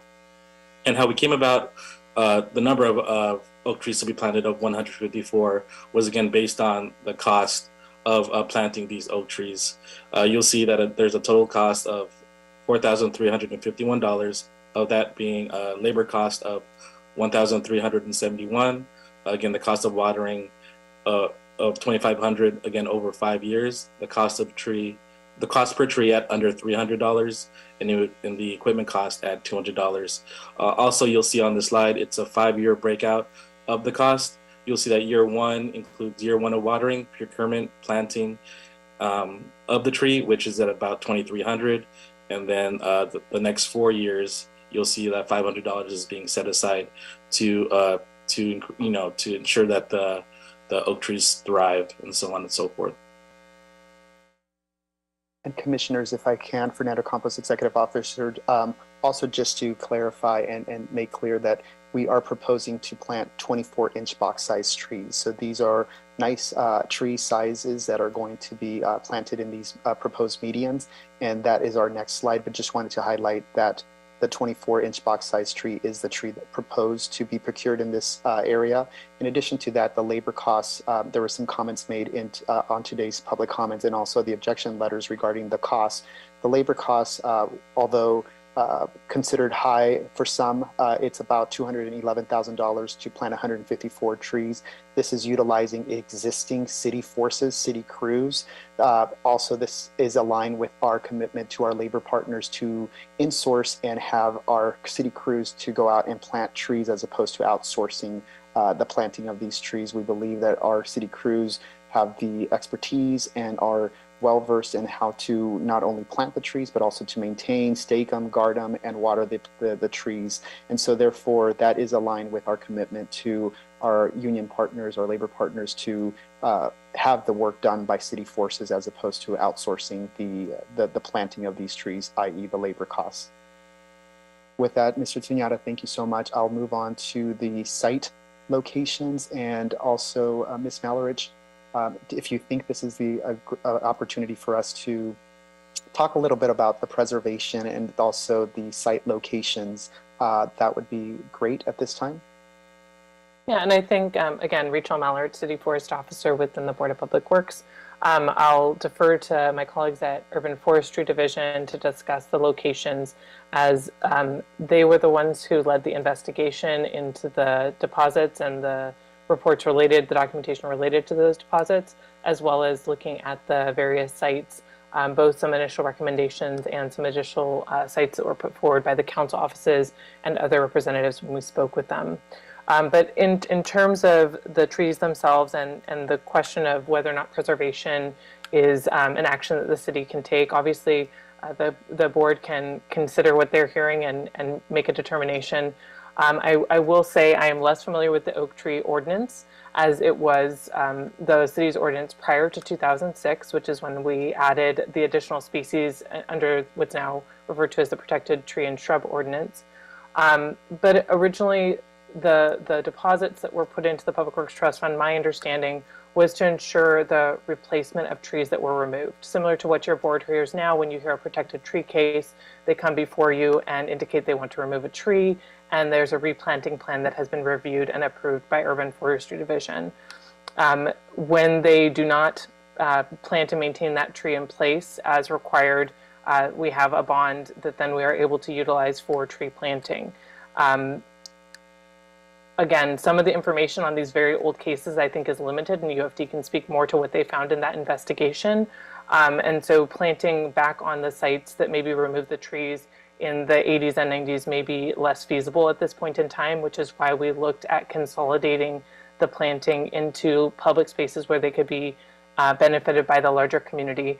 I think I'd be remiss to not acknowledge that what we've heard consistently, and I know your board has heard this as well, but in my role, I consistently hear from the public, from our advocates, the importance of prioritizing the planting of native trees, in particular native oaks, and the importance that they play both in the history of Los Angeles and for the ecological function that they provide for our various species, as well as the benefits to our residents. And we also hear a lot about the need to preserve existing trees, both existing trees in the public right-of-way and those in the natural areas that still remain within the city. To that end, our current policy isn't to acquire land for preservation and conservation, but that is something that has been being explored by my office as part of looking at our tree preservation policies and how they can be improved and be consistent with the goal of ensuring the ongoing existence of these native species within the city of Los Angeles. So it isn't part of our current policy to purchase land for preservation and conservation activities. Within our current protected tree ordinance, we have people replant back on site, which has its issues and problems, and your board has heard when those items come before you how challenging that can be. And so we are working towards that shift in our policy.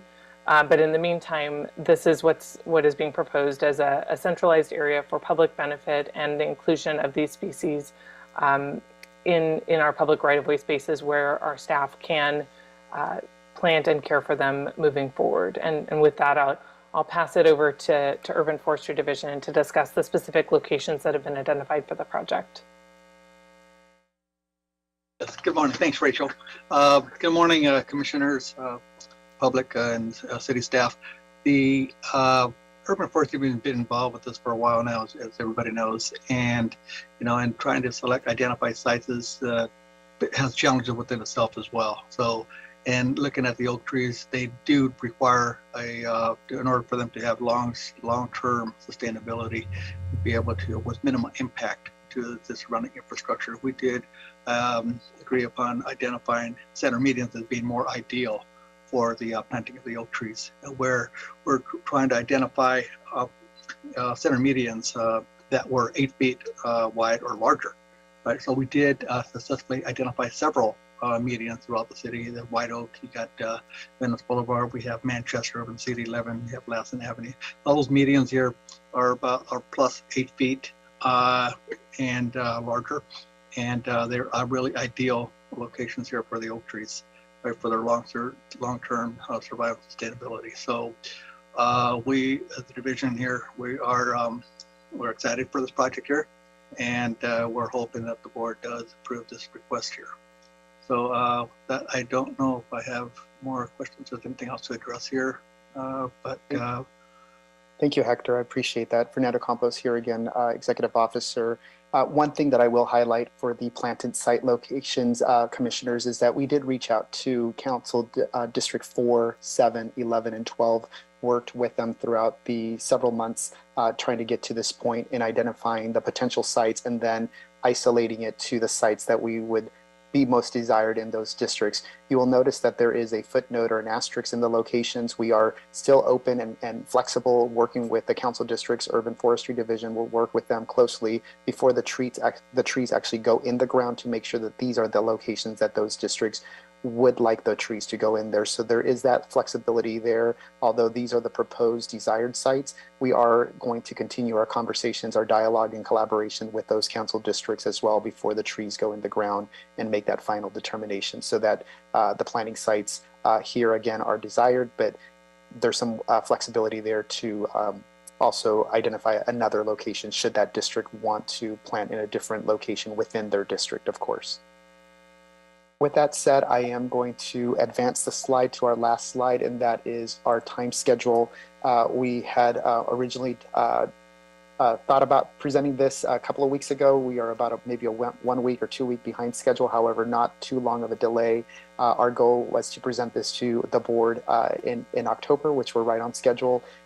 Propose the policy slight deviation of about $59,000 for Council District 7, obtain the mayor's approval, and then ultimately go before our city council to ask for the approval in October.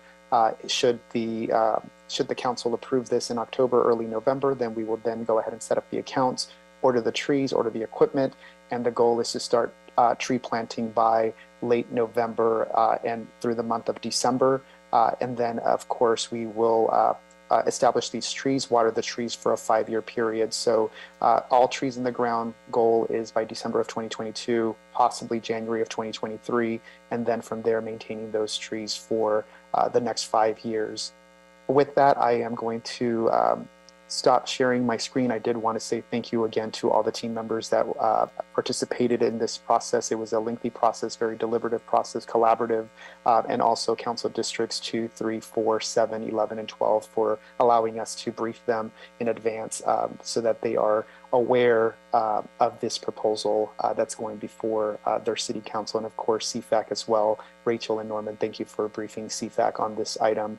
Commissioners, I will open it up for any questions. I believe we addressed the issues that were made by the Urban Woodlands Watch group regarding the nexus, the preservations, the labor costs. The Studio City Association and the Audubon Society also brought up the issue of labor costs. And of course, the philosophical and fundamental question, and that is preservation versus planting or replanting. And so with that, I will stop sharing my screen and I'll open it up for any questions that your board may have for the team. And thank you. Thank you so much, Dr. Campos, and the entire team from Bureau of Street Services, and Rachel, our Chief Forest Officer, as well as Norman, our account manager for our Public Works Trust Fund. Thank you all for being here. I am going to turn it over to Vice President Villegas and then Dr. Davis. I see hands up. Thank you. First, I just wanted to thank the public for joining us this morning and being able to give us their letters and their input. I hope that after the presentation, the public is able to understand that these were, ordinances and rules that were done prior, to that wasn't necessarily the rules that were established a while ago, but that our public trust fund or our director wasn't able to disseminate until now. And so I hope that that was made clear through this presentation. Next, I just wanted to thank the Bureau of Street Services just for diligently working on this and being able to identify medians for which to be able to plant. Just this past weekend, the Board of Public Works, to commemorate Latino Heritage Month, we planted over 50 trees in CDs 13 and CDs 1. And we were able to plant them on large medians. Indeed, we planted oak trees as well. The keystone species that brings about just so much ecological benefit with no wires to interrupt their growth. So I appreciate the diligence by Street Services to be able to identify just additional areas for planting so that the trees will be able to thrive. When we did our planting, we did smaller size trees. So thanks for at least identifying 24-inch box trees to be able to plant. And those were my comments, but I just wanted the public to really know that, we're really tied to the types of, rules and ordinances that were established in the past, and that's how we have to spend this money. If we had the ability to be able to say, how this money goes, to use, I did write down, someone, mentioned just like for open space, things like of that nature. Our intent would be to do other things that would benefit the environment, but we are not allowed to do something like that. This is directly tied to, oak trees, and so that's why we're looking to be able to plant. And maybe I'm not expressing myself in a correct manner. Doesn't mean that I'm not educated on the issue. And I just wanted to express that, in terms of public and just for transparency purposes. Thank you. Thank you, Vice President Villegas. Appreciate those comments. Dr. Davis. Yeah, a couple of issues. The concern about preservation versus planting trees. I think maybe Rachel also spoke to it as well as Commissioner Villegas did. Rachel, can you tell me in terms of our decision to plant trees, how that is juxtaposed to this whole issue about preservation that I heard, and how our philosophy of planting trees is one that is a decision that helps to enhance those areas that we have chosen to do this with versus the preservation discussion that we heard earlier. Yes, I'll try and answer the best I can. Obviously, trees in the public right-of-way provide benefit for our residents in those communities. When it comes to preservation or acquisition of land for conserving land, these funds were originally intended to plant oaks in replacement of oaks that had been removed. And granted, those were originally intended to be planted on site, but we don't have, my understanding, again, UFD can speak better to this, we don't have sufficient evidence in all the sites of where those locations are, or even an ability to necessarily go back and plant on those specific locations because they are private property. Again, UFD and those working with the Public Works Trust Fund might be able to speak better to the limitations there. But conserving natural open space is beneficial, but it is not really the work of the Board of Public Works to acquire land in our current practice. That being said, again, looking at our protected tree ordinance and how we better achieve our goals for biodiversity and for tree preservation and protecting those species when they have to be removed for development projects, we are absolutely looking at how we can look at land banking and other activities that would allow us to really respond to what we've heard from the community and what we also know in practice, which is having someone replant a tree in their backyard is maybe not the closest to preserving that habitat that existed previously. They've got other elements happening in their yard. We aren't overseeing those sites in perpetuity. And so there may be benefit to looking at different ways to use funds to conserve land. However, we just don't have a means for doing that at this time.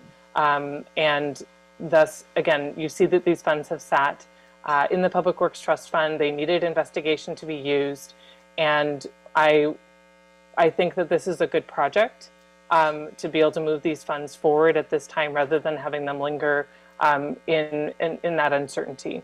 Moving forward, we have, again, deposits from the 1980s that still haven't been utilized to put new trees in the ground. And we'd like to see those move forward. Again, this is not a new policy initiative or what have you. This is the work of the Public Works Trust Fund to uncover old deposits and determine what the city should, whether or not the city can use those for other public works projects. I probably gone a little bit long and spoke a little bit out of my area, but. No, that gives me a greater overview as I have listened to the various remarks from not only our own expert staff, but from those from the community who have had a different opinion. You've helped me to really fine tune how that compares with what our decision has been, and I needed to have that.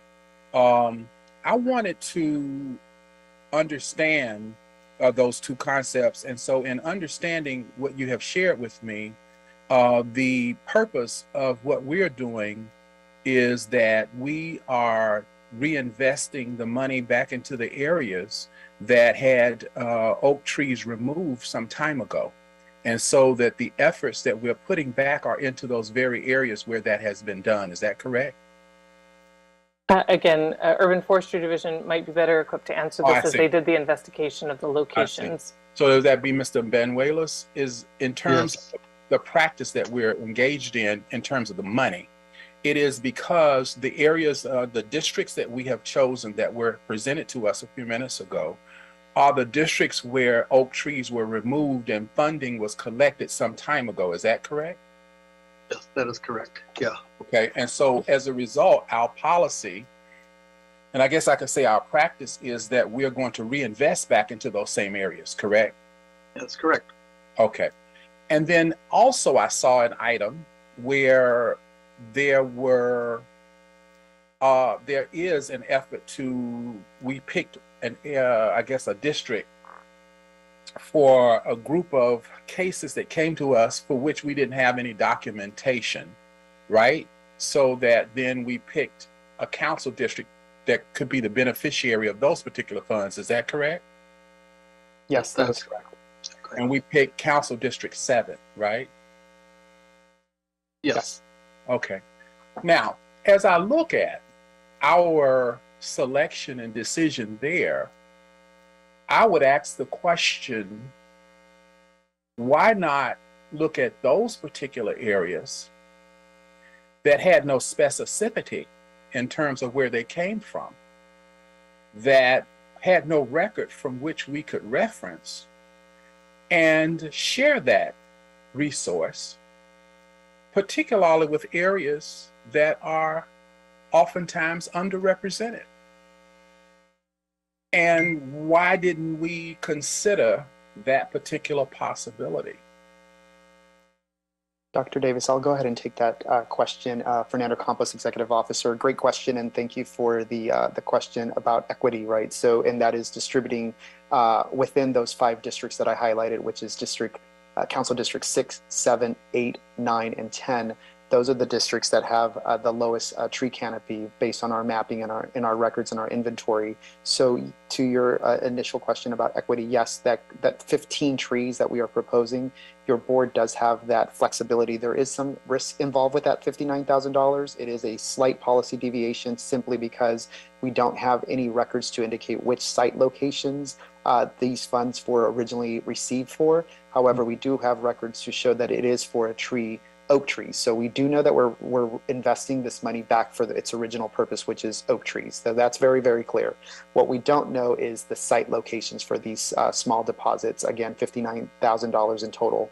That $59,000 will allow us to procure 15 trees. So your board has the discretion and the flexibility and the deliberation to discuss whether you want to equally distribute those 15 trees among the 5 lowest council district that have the low tree canopy. So for example, you can do 3 trees each in Council District 6, 7, 8, 9, and 10. Also, based on our experience, Council Districts 6, 7, and 8 tend to have the lowest development projects in those districts as well. And also they're less likely to have any funds being accumulated or defaulted in those districts because of either development is not occurring or 2. Which district are we saying? Which districts were those? This is 6, 7, and 8. So therefore, your board could also consider redistributing those 15 trees within those 3 districts. We also looked at the climatic difference, and that is the weather type in the valley. So we do know that they also have a lot of heat in the valley, and so therefore that would reduce it down to 6 and 7, right? For those of those 3. So there is some flexibility, is what I'm trying to say. Your board has the discretion, some flexibility there. There's a slight risk, not a huge fiscal risk from my perspective, from my framework. But your board could decide to distribute the 15 trees equally among all 5 districts, or possibly 3 districts or 2 districts, depending on the methodology that you would like to deliberate on. Mm-hmm. Before I get into that discussion, which I think we do need to have, because one of our core values is equity. I've heard Rachel talk about equity a lot. But before we do, let me resolve one variable that you didn't discuss, which is that if there is no data that tells us that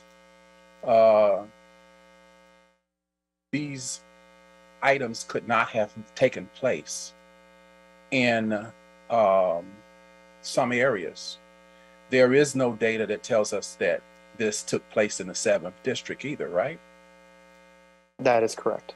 Okay, so having established that, I think it's appropriate that because our core value is equity, that we look at the possibility, particularly in these funds that have no data that tells us specifically where they came from, that we don't just pick one district and make it the beneficiary of these so-called funds when there is no data that dictates that that particular area should be the rightful inheritor of such funds, and that we embrace our core value that we talk about in our philosophies before the board about equity, and we embrace that philosophy and apply it to these opportunities that exist because of the lack of data, and that we try our best to spread it as we can, realizing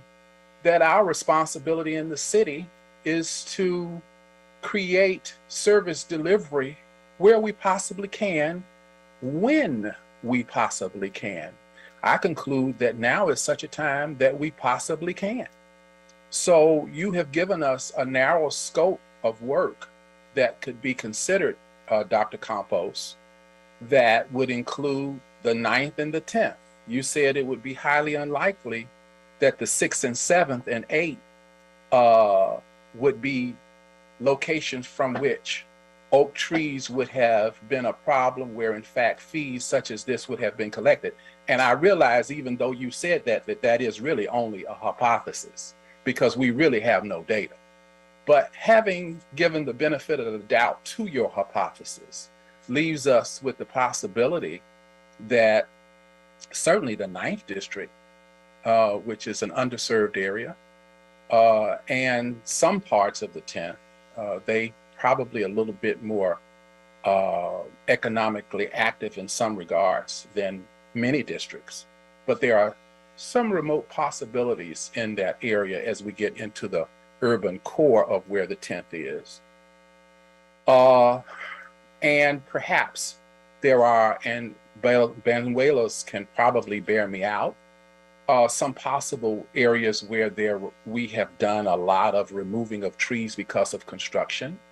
So I believe that it would be great, even though it's a small amount, that we would look to how we could create some of these trees, even though we're talking about 15, to some other areas, because this is undetermined dollars for which we don't have the appropriate data to know where the accountability comes from.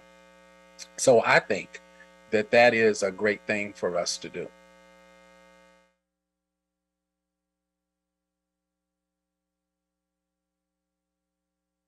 Thank you, Dr. Davis. Dr. Campos, do you want to reply to that, or I can move on to Mr. Commissioner Corson?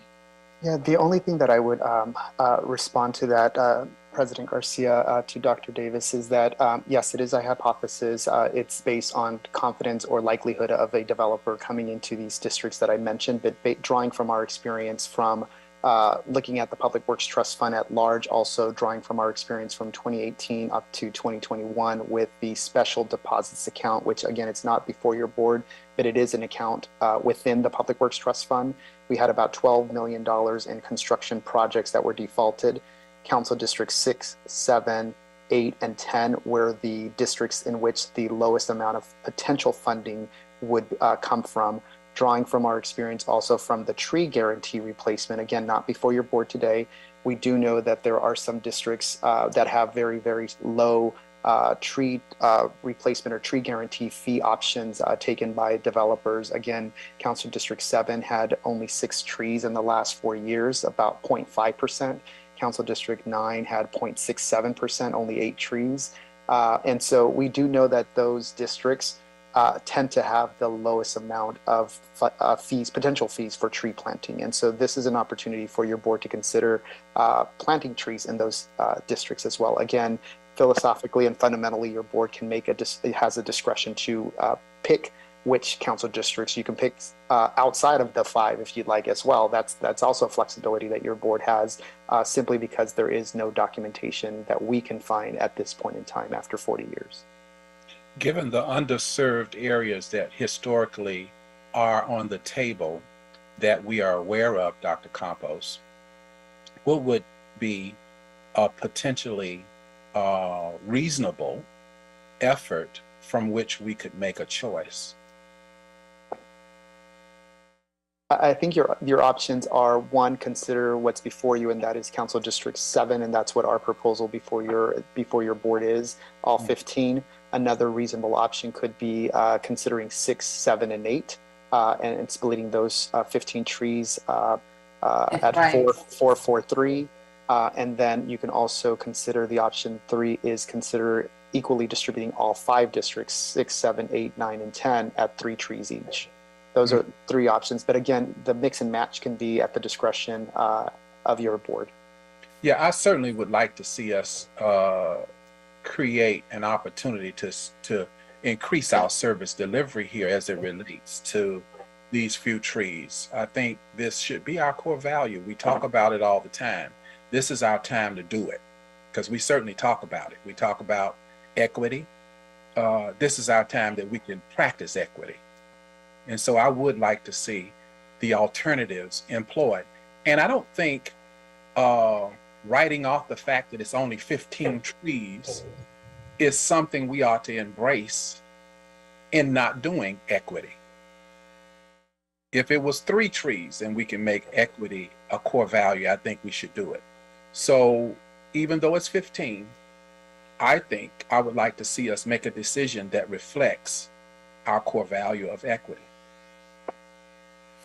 Thank you, Dr. Davis. Appreciate your line of questioning and your proposal on the table. So I'm going to go with Commissioner Corson, and then we'll come back to do some deliberations then. Commissioner Corson. Thank you.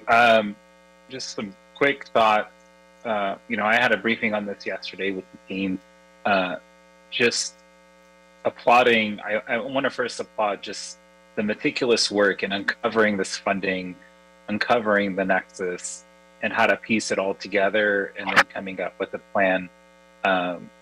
Oftentimes in the city, we all hear these stories about funds that were made 50 years ago, and they're just accumulating somewhere, and then finally someone decides to do something. And this team was one of those teams. You decided to uncover it, pull it together, and find out how to put it in best practices for modern times, which I think should not be forgotten. That this is, though, people look at it like it's just a few $1 million. It's a big deal in my book that you were able to do this. So I want to acknowledge that. I agree with you, Dr. Davis. Those were along the similar lines that I shared with the team yesterday. And I too would be in agreement of finding a way to share the trees with other districts. I think in our conversation yesterday, Dr. Campos, you had said 6, 7, and 8, and I heard you mention it today. 6, 7, and 8, the fewer development opportunities of the 5 districts, and therefore receive the fewer trees. Hearing that and just knowing about what development opportunities exist in 9 and 10 compared to 6, 7, and 8, I would be more aligned to doing 5 trees per district there. I also will be honest in saying that, in our staff report, it's 15 trees to 7. So while we talk about equitable distribution, some will see it, but we're taking away 10 trees from 7 at this point. And that is just something to be mindful of what that impression would look like. So I think when we talk about equity and equality, there's equity and there's equality. equal is everyone gets 3 trees. Equity is, the math of what the potential is, right? Because 9 and 10, it sounds like, to what Dr. Campos was saying, scores higher in tree potentials than 6, 7, and 8. Then maybe equity is, giving 6, 7, and 8 5 trees rather than splitting the 3 among the 5. So that's where I would be on it. Would love to hear what Vice President Villegas and President Garcia think about it. I understand that there is a future potential of uncovering more funding and allocating more tree and shade resources across all of Los Angeles, and this is just a small pool of that opportunity. So where I would fall with Dr. Davis on the equity, I would, know the team, what the team is trying to do, and I would also be comfortable just going ahead with what is presented as well. Thank you. Thank you, Commissioner Corson. Appreciate that as well.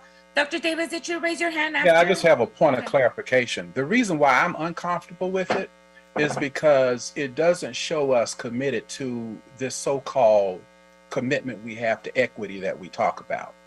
And there is nothing in terms of the facts around this money that had no data with it that guarantees that it should go to 7. There's nothing in it that guarantees it should go to 7.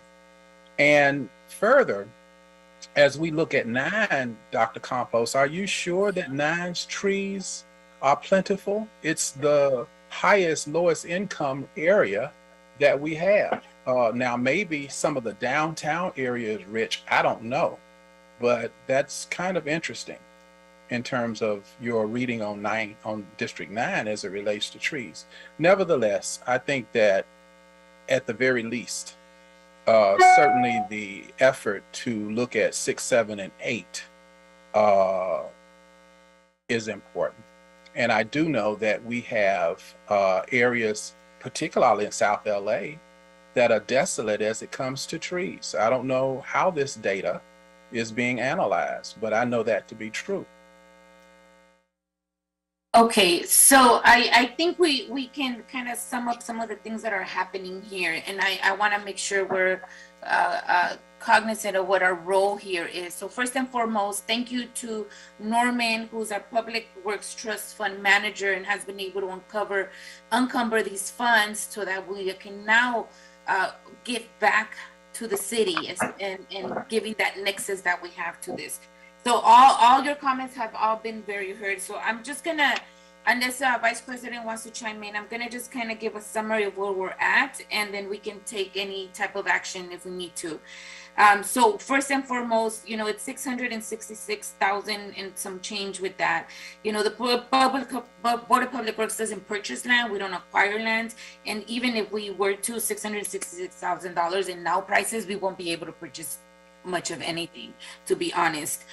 So on that end, I really am happy that we can redirect this money into something that's beneficial for the city. I'm always hearing about planting more trees and getting more trees out there to help the climate and mitigate the climate, the heat that we have going on right now. And so this is a good opportunity for us to do that.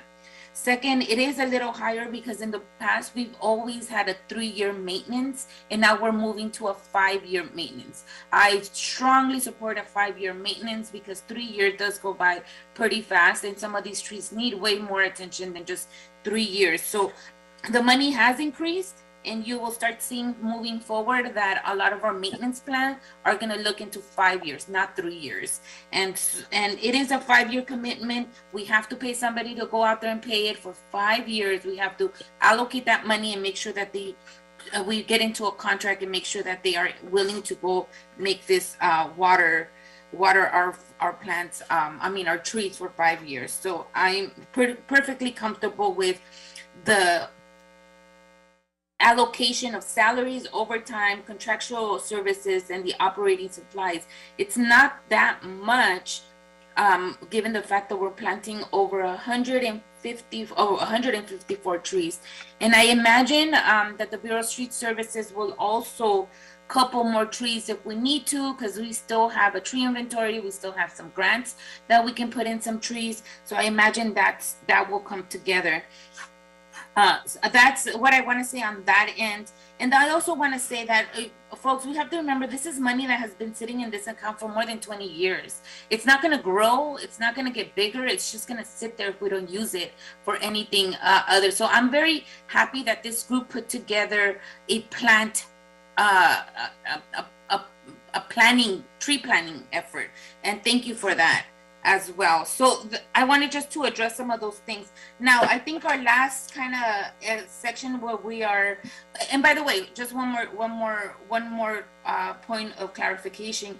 We are currently in planning season. Stalling this or not moving it forward will not get us into the calendar to plant any of these trees.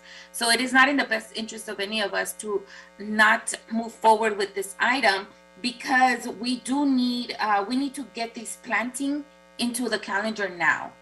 So I'll say that on that planning season. And then lastly, I want to address what Dr. Davis has been referring to on this issue of equity and why did we choose 7 over other districts. I also don't know the real reason why we chose 7 over 6, 7, or 8, or 9, or 10. And I'll be happy to kind of hear that. I do know that 7 is also underrepresented and it is also considered a low-income district, and so I do see the need there. I also do know that CD7 is in the valley, which, as we all know, has more heat. Perhaps that was the reason. I don't know, but I'm not opposed to splitting it 3 ways with 6, 7, and 8, because I understand on the development piece of this. I understand that 6, 7, and 8 do not have buildings getting built in there. They're not having stadiums built in their section. Those type of big developments do not come often to 6, 7, and 8. And I don't know the data for 9 and 10, but I imagine 9 and 10 might have a little bit of more. That's where you see Expo. That's where we have USC. There's a lot more development around there. 10 is Koreatown, Mid-Wilshire, so we have a little bit of more of that in there as well. So I could see the disparity around that, and I know 6, 7, and 8 perhaps don't. They're very residential.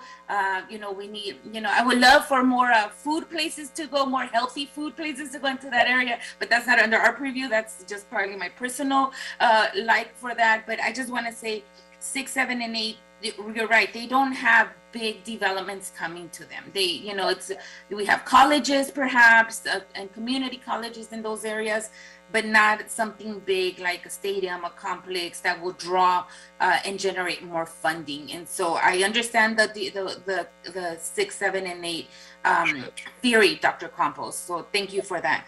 Again, I'm open to splitting it 5, 5, 5, 3, 4. I don't have a preference of which one but if to make it equitable and everybody feel comfortable, we can do 5, 5, and 5. Does that seem like a reasonable compromise? For 6, 7, and 8? Yes. Yeah, that I would agree with that. It's better than what we have done. And while I do agree that the valley unmistakably is extremely hot because it's in the valley, yet at the same time, while it's hot in the valley, it's not necessarily cold in the 8th district. But, so equity has to be our core value. It's not something that we talk about, put in our papers, and speak about. It's something we practice. And when we practice equity, somebody gives something up. That's the challenge in it. That is the challenge in equity. Somebody gives something up. And the reason why somebody gives something up is because somebody has been overrepresented. In other words, when we look at all of these trees, a disproportionate share of them go to the valley because of the heat. But guess what? These other cities are in Los Angeles too. And I totally agree with you, 100%. We have these other districts. And when we have an opportunity, which when we look at our funding policy, it created, based upon the way we practice this, it created an opportunity for equity because we didn't document it. And because we didn't document it, we don't know where it came from. And because we don't know where it came from, it creates an opportunity. And then for us to deny practicing equity when we have this opportunity makes us not really be true to the game of equity that we talk about. So I second your motion to give a more diverse application of the trees to those districts. Correct. I'm totally comfortable that way. Understood. And again, Norman, you have a very large task in front of you now. You have to uncover more funds. How's that? And uncover more funds. So that work, Norman. Thank you for spread it around. So high five to Norman, because you know he's our undercover forensic guy that goes in there and looks for where is the money and why is it sitting there. And so very importantly, so your position is very important to us, Norman. And so thank you for uncovering this. We're only trying to do good with the money that's sitting there, and there's no reason why money should sit there for years and years just to accumulate. It doesn't accumulate and it doesn't do anything. And so we have finally an opportunity to give it back and put it back into, rightly so, back into our soil, into our cities. So I'm very happy that this is a route you guys went. I know we could have taken any other route, but this was the route. Plant more trees. It's, we need it. The public's constantly asking for it. Again, like Vice President said, we just planted, I forgot her number. I think it was 100 and something trees, or maybe less, 50 something trees over this weekend. There's no reason why we shouldn't be able to plant these trees too. Okay, so having said that, I put the motion, Dr. Campos, on moving forward with all of the items on item number 3, except for the distribution of the 15 trees that do not have a straight nexus to the account, and distribute that through 6, 7, and 8. So now you will have to work with 6, 7, and 8 on identifying locations for these trees. Thank you, President Garcia, for articulating that. And if I could add a friendly consideration to your motion, and that is to allow us to amend Table C on page number 6 of the report to distribute those 15 trees. For example, reducing it from 15 to 5 for 7, and then adding 6 and 8 as 5 trees. So in other words, 6, 7, and 8 will end up with 5 trees each. And then also adding a footnote to transmittal number 3 on plant locations, instructing the Urban Forestry Division and to work with the council districts 6 and 8 to identify planting sites. Correct. Thank you so much for that. I actually agree. I know that 15 trees, some folks might think 15 trees over on a city as big as ours doesn't valid such a long conversation, but I disagree. Sometimes we have long conversations over 1 tree and saving it. So 15 trees is a pretty good time to have this type of conversation. So I'm excited, and I'm very thankful for everybody that came to speak on behalf. First, whether we want it, the question was whether we want to do this and go in this direction.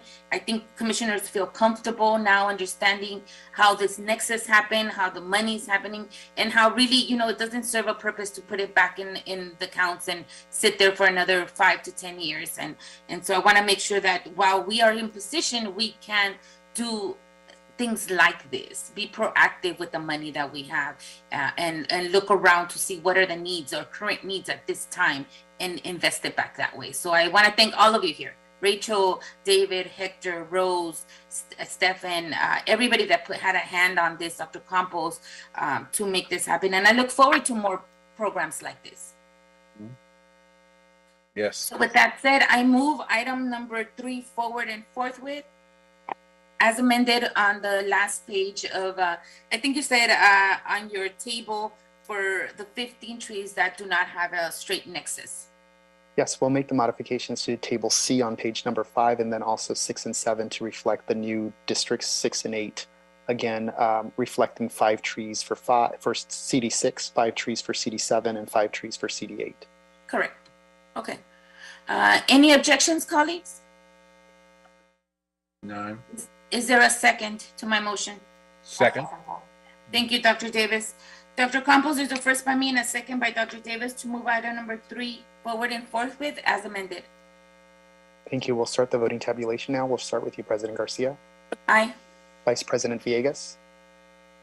Aye. President Pro Tem Davis. Aye. And Commissioner Corzine. Aye. This motion is approved and carries unanimous. Thank you. Great. Thank you, everyone. Thank you all. This is all very important. All your jobs are important because obviously we all love the trees. So thank you all for being here. You are all very experts and knowledgeable in what we're doing. So thank you all. Have a good weekend, everyone. Thank you. Thank you, commissioners, and thank you to the team as well. Thank you. All right, colleagues, believe it or not, we are still on item 4. Are we on afternoon time now? I think we are on afternoon time. Oh yeah, we definitely are. So good afternoon, everyone. We are now on item number 4 on today's agenda. Did we lose folks? I believe we lost Dr. Davis. Oh, I thought so. Okay, let me read it into the agenda and see if you can tap on Dr. Davis. I hope you didn't think it was over. It may have been a connection issue. I will Yeah, call him while you call item 4 into the record. Okay. Item number 4, this is a request from BSL, Bureau of Street Lighting and Bureau of Contract Administration in Council Districts 4, 5, 7, and 14. Contract award, street lighting conduit only project unit 11, high voltage conversion, fiscal year 2021-2022. Recommending the board to 1, declare Servitec Electric Inc. the first low bidder to be the lowest responsible bidder and award them a contract for this project for $1,577,100. And 2, forward a copy of this report to the affected council district offices. And 3, authorize the president or 2 Board of Public Works members to execute the contract for this project upon approval of all required documents by city attorney. And Lawrence, we have you here on this item. You thought we were never going to get to you, right? Good morning. Good afternoon. Welcome. Give me a second. Let me just double check before you start so that Dr. Davis can have an opportunity to listen to your presentation as well. Sure. Thank you. President Garcia, Fernando Campos here, Executive Officer. I did speak with Dr. Davis. He is dialing back in. Okay, thank you.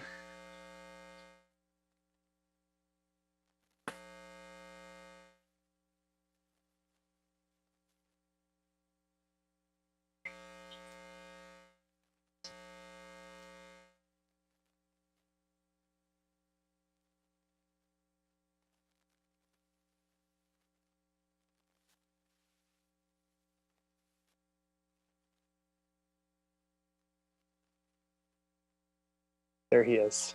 Yeah, sorry about that. That's okay, Dr. Davis. We still have more. Long computer. No worries. Okay, we waited so that Lawrence can do the presentation when you got here. So, Lawrence? Okay. Good afternoon, everyone. I'm Lawrence Al-Masood with the Bureau of Street Lighting. I'm here to recommend award of the Street Lighting Conduit Only Project Unit 11 to Servitec Electric Inc., the first low bidder. This project will install new street lighting conduit and pole boxes to facilitate the future conversion of the existing high voltage street lighting system to low voltage by city crews. The project includes installation of conduit and pole boxes in the vicinity of South Central, Greater Wilshire and Hancock Park, Sherman Oaks, Hanson Hills, Hollywood Hills, and Los Feliz. The project duration is 245 calendar days. The financing for this project is through a loan from the Municipal Improvement Corporation of Los Angeles. The first low bidder, Servitec, submitted a bid for $1,577,100, which is 7.07% lower than the engineer's estimate of $1,697,000. Servitec has complied with the mandatory subcontracting minimum requirement of 4% by pledging 12.68% under the Other Business Enterprise. This bidder has met all the requirements of the bid and was found to be the lowest responsible bidder. Therefore, BSL recommends award of this project to Servitec. All bidders have been notified of this board meeting and have received a copy of this board report. Therefore, in view of the above findings, we are recommending that the board award Servitec the contract for this project. So this concludes my presentation. I'd be more than happy to answer any questions you may have. Thank you. Thank you, Lawrence, for that. Colleagues, any questions to the Bureau of Street Lighting? Hearing none. Any objections? Hearing none. Also, is there a motion on the table to move item number 4 forward and forthwith? So moved. Thank you, Dr. Davis. Is there a second? Second. Thank you, Commissioner Corson. Dr. Campos, there's a first by Dr. Davis and a second by Commissioner Corson to move item number 4 forward and forthwith. Yes, we'll start the voting tabulation now. We'll start with you, President Garcia. Aye. Vice President Villegas? Is that an aye? Yeah, I thought I said aye when I unmuted. It's really hard to hear you, Vice President. It's really hard to Can you hear me now? Yes. Okay, aye. Thank you. President Pro Tem Davis? Aye. And Commissioner Corzine? Aye. This motion is adopted and carries unanimous. Thank you. Great. Thank you, Lawrence. That was nice and easy for you. Looking forward to this project getting done. Thank you all very much. I appreciate it. Thank you. Have Have a good wonderful weekend. day. Thank you. You too. Bye. All right, colleagues, moving on to item number 5. We do not have a presenter on this item. This is our monthly finding to continue teleconference meetings pursuant to Assembly Bill AB 361, recommending the board to 1, adopt the finding and determination in accordance with AB 361, Section 3E3, that while the state of emergency due to COVID-19 pandemic, as originally proclaimed by Governor on March 4th, 2020, remains active, and or state or local officials have imposed or recommended measures to promote social distancing, this legislative body has reconsidered the circumstances of the state of emergency, and at that state of emergency continues to directly impact the ability of the members to meet safely in person, and or state or local officials continue to impose or recommend measures to promote social distancing. Is there a second on this motion to move? Is there a second to my motion to move item number 5 forward and forthwith? Second. Thank you, Commissioner Corzine. Dr. Campos, there's a first by me and a second by Commissioner Corzine to move item number 5 forward and forthwith. Absolutely. We'll start the voting tabulation now. We'll start with you, President Garcia. Aye. President Pro Tem Davis? Aye. And Commissioner Corzine? Aye. This motion is adopted and carries unanimous. Great, thank you very much. Just for the record, just in case you guys noticed, Vice President had to step out, so she will join us if we're still in meeting in a few minutes, but otherwise she is not here. However, we do still have quorum, Commissioner Corzine and Dr. Davis, so we will proceed. Items 6, 7, and 8, I'm going to read them together. And Dr. Campos, for clarity, we do not have a presenter on any of these items, right? That is correct. These are communications from our Honorable Mayor. Okay, thank you very much. Item number 6, this is in all council districts. The mayor has approved and authorized the Board of Public Works to execute the agreement with Los Angeles County to provide community outreach and engagement for the city's urban forest management plan. Item number 7, all council districts. The mayor has approved and authorized the Board of Public Works on behalf of Bureau of Street Services and the Bureau of Contract Administration to execute the proposed contract with the Los Angeles Community College District for professional education for Bureau of Street Services employees. Item number 8, in Council District 7, the mayor has approved and authorized the Board of Public Works on behalf of the Bureau of Sanitation to execute amendment number 1 to the second memorandum of understanding with Discovery Cube Los Angeles to develop, promote, and assist with the Bureau of Sanitation's environmental events and programs. And with that, is there a second to my motion to move items 6, 7, and 8 forward and forthwith? Second. Thank you, Commissioner Corzine. Dr. Campos, there's a first by me and a second by Commissioner Corzine to move items 6, 7, and 8 forward and forthwith. Yes, we'll start the voting tabulation now. We'll start with you, President Garcia. Aye. President Pro Tem Davis? Aye. And Commissioner Corzine? Aye. This motion is adopted and carries unanimous. Again, this is for 6, 7, and 8. Thank you.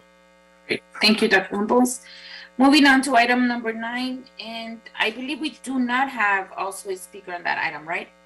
That is correct. We are transmitting a stop notice for your board to consider and adopt. Got it. This is item number 1. This is a release of stop notice for Calmex Engineering, Inc. Calmex Engineering, Inc. is transmitting a release of stop notice in the amount of $53,456.82 for asphalt paving in connection with the Soto Street Bridge over Valley Boulevard and Union Pacific Railroad. The primary contractor is Police Construction, Inc. Is there a second to my motion to move item number 9 forward and forthwith? Second. Thank you, Dr. Davis. Dr. Campos is the first by me and a second by Dr. Davis to move item number 9 forward and forthwith. Yes, we'll start the voting tabulation now. We'll start with you, President Garcia. Aye. President Pro Tem Davis. Aye. And Commissioner Corzine. Aye. This motion is adopted and carries unanimous. Thank you. Great, thank you very much. And we'll go now to our oral report section. But colleagues, I just want to remind you we have a special, so we'll listen to the oral report. I'll adjourn, and then I'm going to open the special. So just hang in there for a few more items. So who do we have here this morning? You have Mr. Angelo Gopal. Oh, Mr. Angelo, how are you? Welcome. I'm fine. Thank you. So good afternoon, President Garcia, Vice President Villegas, and President Pro Tem Dr. Davis, and Yes, Commissioner Corzine, and of course, Dr. Campos. This information is being provided to keep the public informed on the upcoming resurfacing projects and to minimize the impact on the community as well as delays to the commuters. Streets LA would like to provide you with an update on all major upcoming street improvement projects. There will be no major street projects scheduled in the Metro resurfacing region during the week of October 16th through October 22nd, 2022. The following major street project is scheduled in the Valley resurfacing region during the week of October 16th through October 22nd, 2022. And that will be Saturday, October the 15th, 2023 through Sunday, October 16, 2022, from 6 a.m. to 6 p.m. We'll begin cold milling and paving Lankershim Boulevard, Magnolia Boulevard to Camillo Street, which is the Vineland Avenue CD2 North Hollywood Neighborhood Council Pavement Preservation Program is funding this. Additionally, we will provide an update on our 2022 Pavement Preservation Program. The press releases were broadcasted and notifications have been issued. Streets LA has coordinated with the council district offices to assist with the outreach to the stakeholders. And we have coordinated with the Los Angeles Department of Transportation for traffic control assistance. This information is also available on the Streets LA website. And if you have any additional questions, you may contact Mr. Sherrod Nichols. And this concludes my presentation today. Great, thank you so much for that. Any questions, colleagues? Hearing none, thank you so much, and thank you for all the folks that work over the weekend. Appreciate them and the work that they do. Thank you. Thank you. Have a good weekend. Thank you. All right, Dr. Campos, does this conclude? And has the desk been cleared? Yes, it has. Okay, this meeting is now officially adjourned at 12:37, October 14, 2022. And with that, Dr. Campos, should we open up the next meeting? Special Absolutely. Okay. Absolutely. It is 12:38. We are now opening up the special meeting for the Board of Public Works for Friday, October 14th, 2022. We'll go ahead and establish roll call and quorum. At this time, we have President Garcia, President Pro Tem Davis, and Commissioner Corzine. President Garcia, you do have a quorum. Again, 12:38 is the opening of the special agenda. At this time, if there are any members of the general public that would like to provide any public comments on item number 1 on the special agenda, if you can please raise your hand at this time by pressing *9, or if you're joining us through the Zoom application, you can click the raise hand icon located towards the lower right-hand side of your screen. Again, this is for members of the general public that would like to provide public comments on item number 1, special agenda. President Garcia, see no hands raised. There is no public comments on special agenda item number 1. Thank you so much, Dr. Campos. Good afternoon, everybody, and welcome to a regularly scheduled meeting, to a special meeting for the Board of Public Works on this Friday, October 14 of 2022. I'm going to call the item. This is item number 1. This is a request from the Bureau of Engineering. The Mayor and City Council have approved and authorized the Board of Public Works on behalf of the Bureau of Engineering to execute Amendment number 1 to 8 pre-qualified on-call contracts for emergency repair services and construction if urgent necessity projects at wastewater facilities. Do we have somebody from the BOE for this item, Dr. Campos? No presenter, in as much as this is a communication from our honorable mayor. Okay, got it. So is there a second to my motion to move item number 1 forward and forthwith? Second. Thank Oh, yeah, sorry. Well, I'll take them both. Thank you, Commissioner Corson and Dr. Davis. Dr. Campos, there's a first by me and a second by Commissioner Corson and Dr. Davis to move item number 1 forward and forthwith. Yes, we'll start the voting tabulation. Just to confirm, we have we'll start with you, President Garcia. Aye. President Pro Tem Davis. Aye. And Commissioner Corzine. Aye. This motion is adopted and carries unanimous. Thank you. Great, thank you very much. All right, colleagues, it seems like that's the only special item we have, so we can conclude and adjourn today's meeting as well. It is 12:40. Dr. Campos, have we cleared today's desk on this special? Yes, you have. Great, thank you very much. It is 12:40 p.m. on October 14, and this meeting is officially adjourned, colleagues. We are also going to cancel management meeting. We have 2 commissioners out, so just want to make sure we're always, all together. So for today, management meeting has been canceled. Thank you. Okay, I wanted to talk about just a minor issue. Maybe I can call you one-on-one to talk about it. Yeah, give me a second. We're gonna cut the recording. Okay, if it's the recording stopped, Dr. Davis. That's okay. I can call you. Okay. Call me. Okay. I'll call you right now. Yeah, okay, good. Thank you. Okay. All right, guys. Thank you, everyone. Have a good rest of the afternoon. Bye.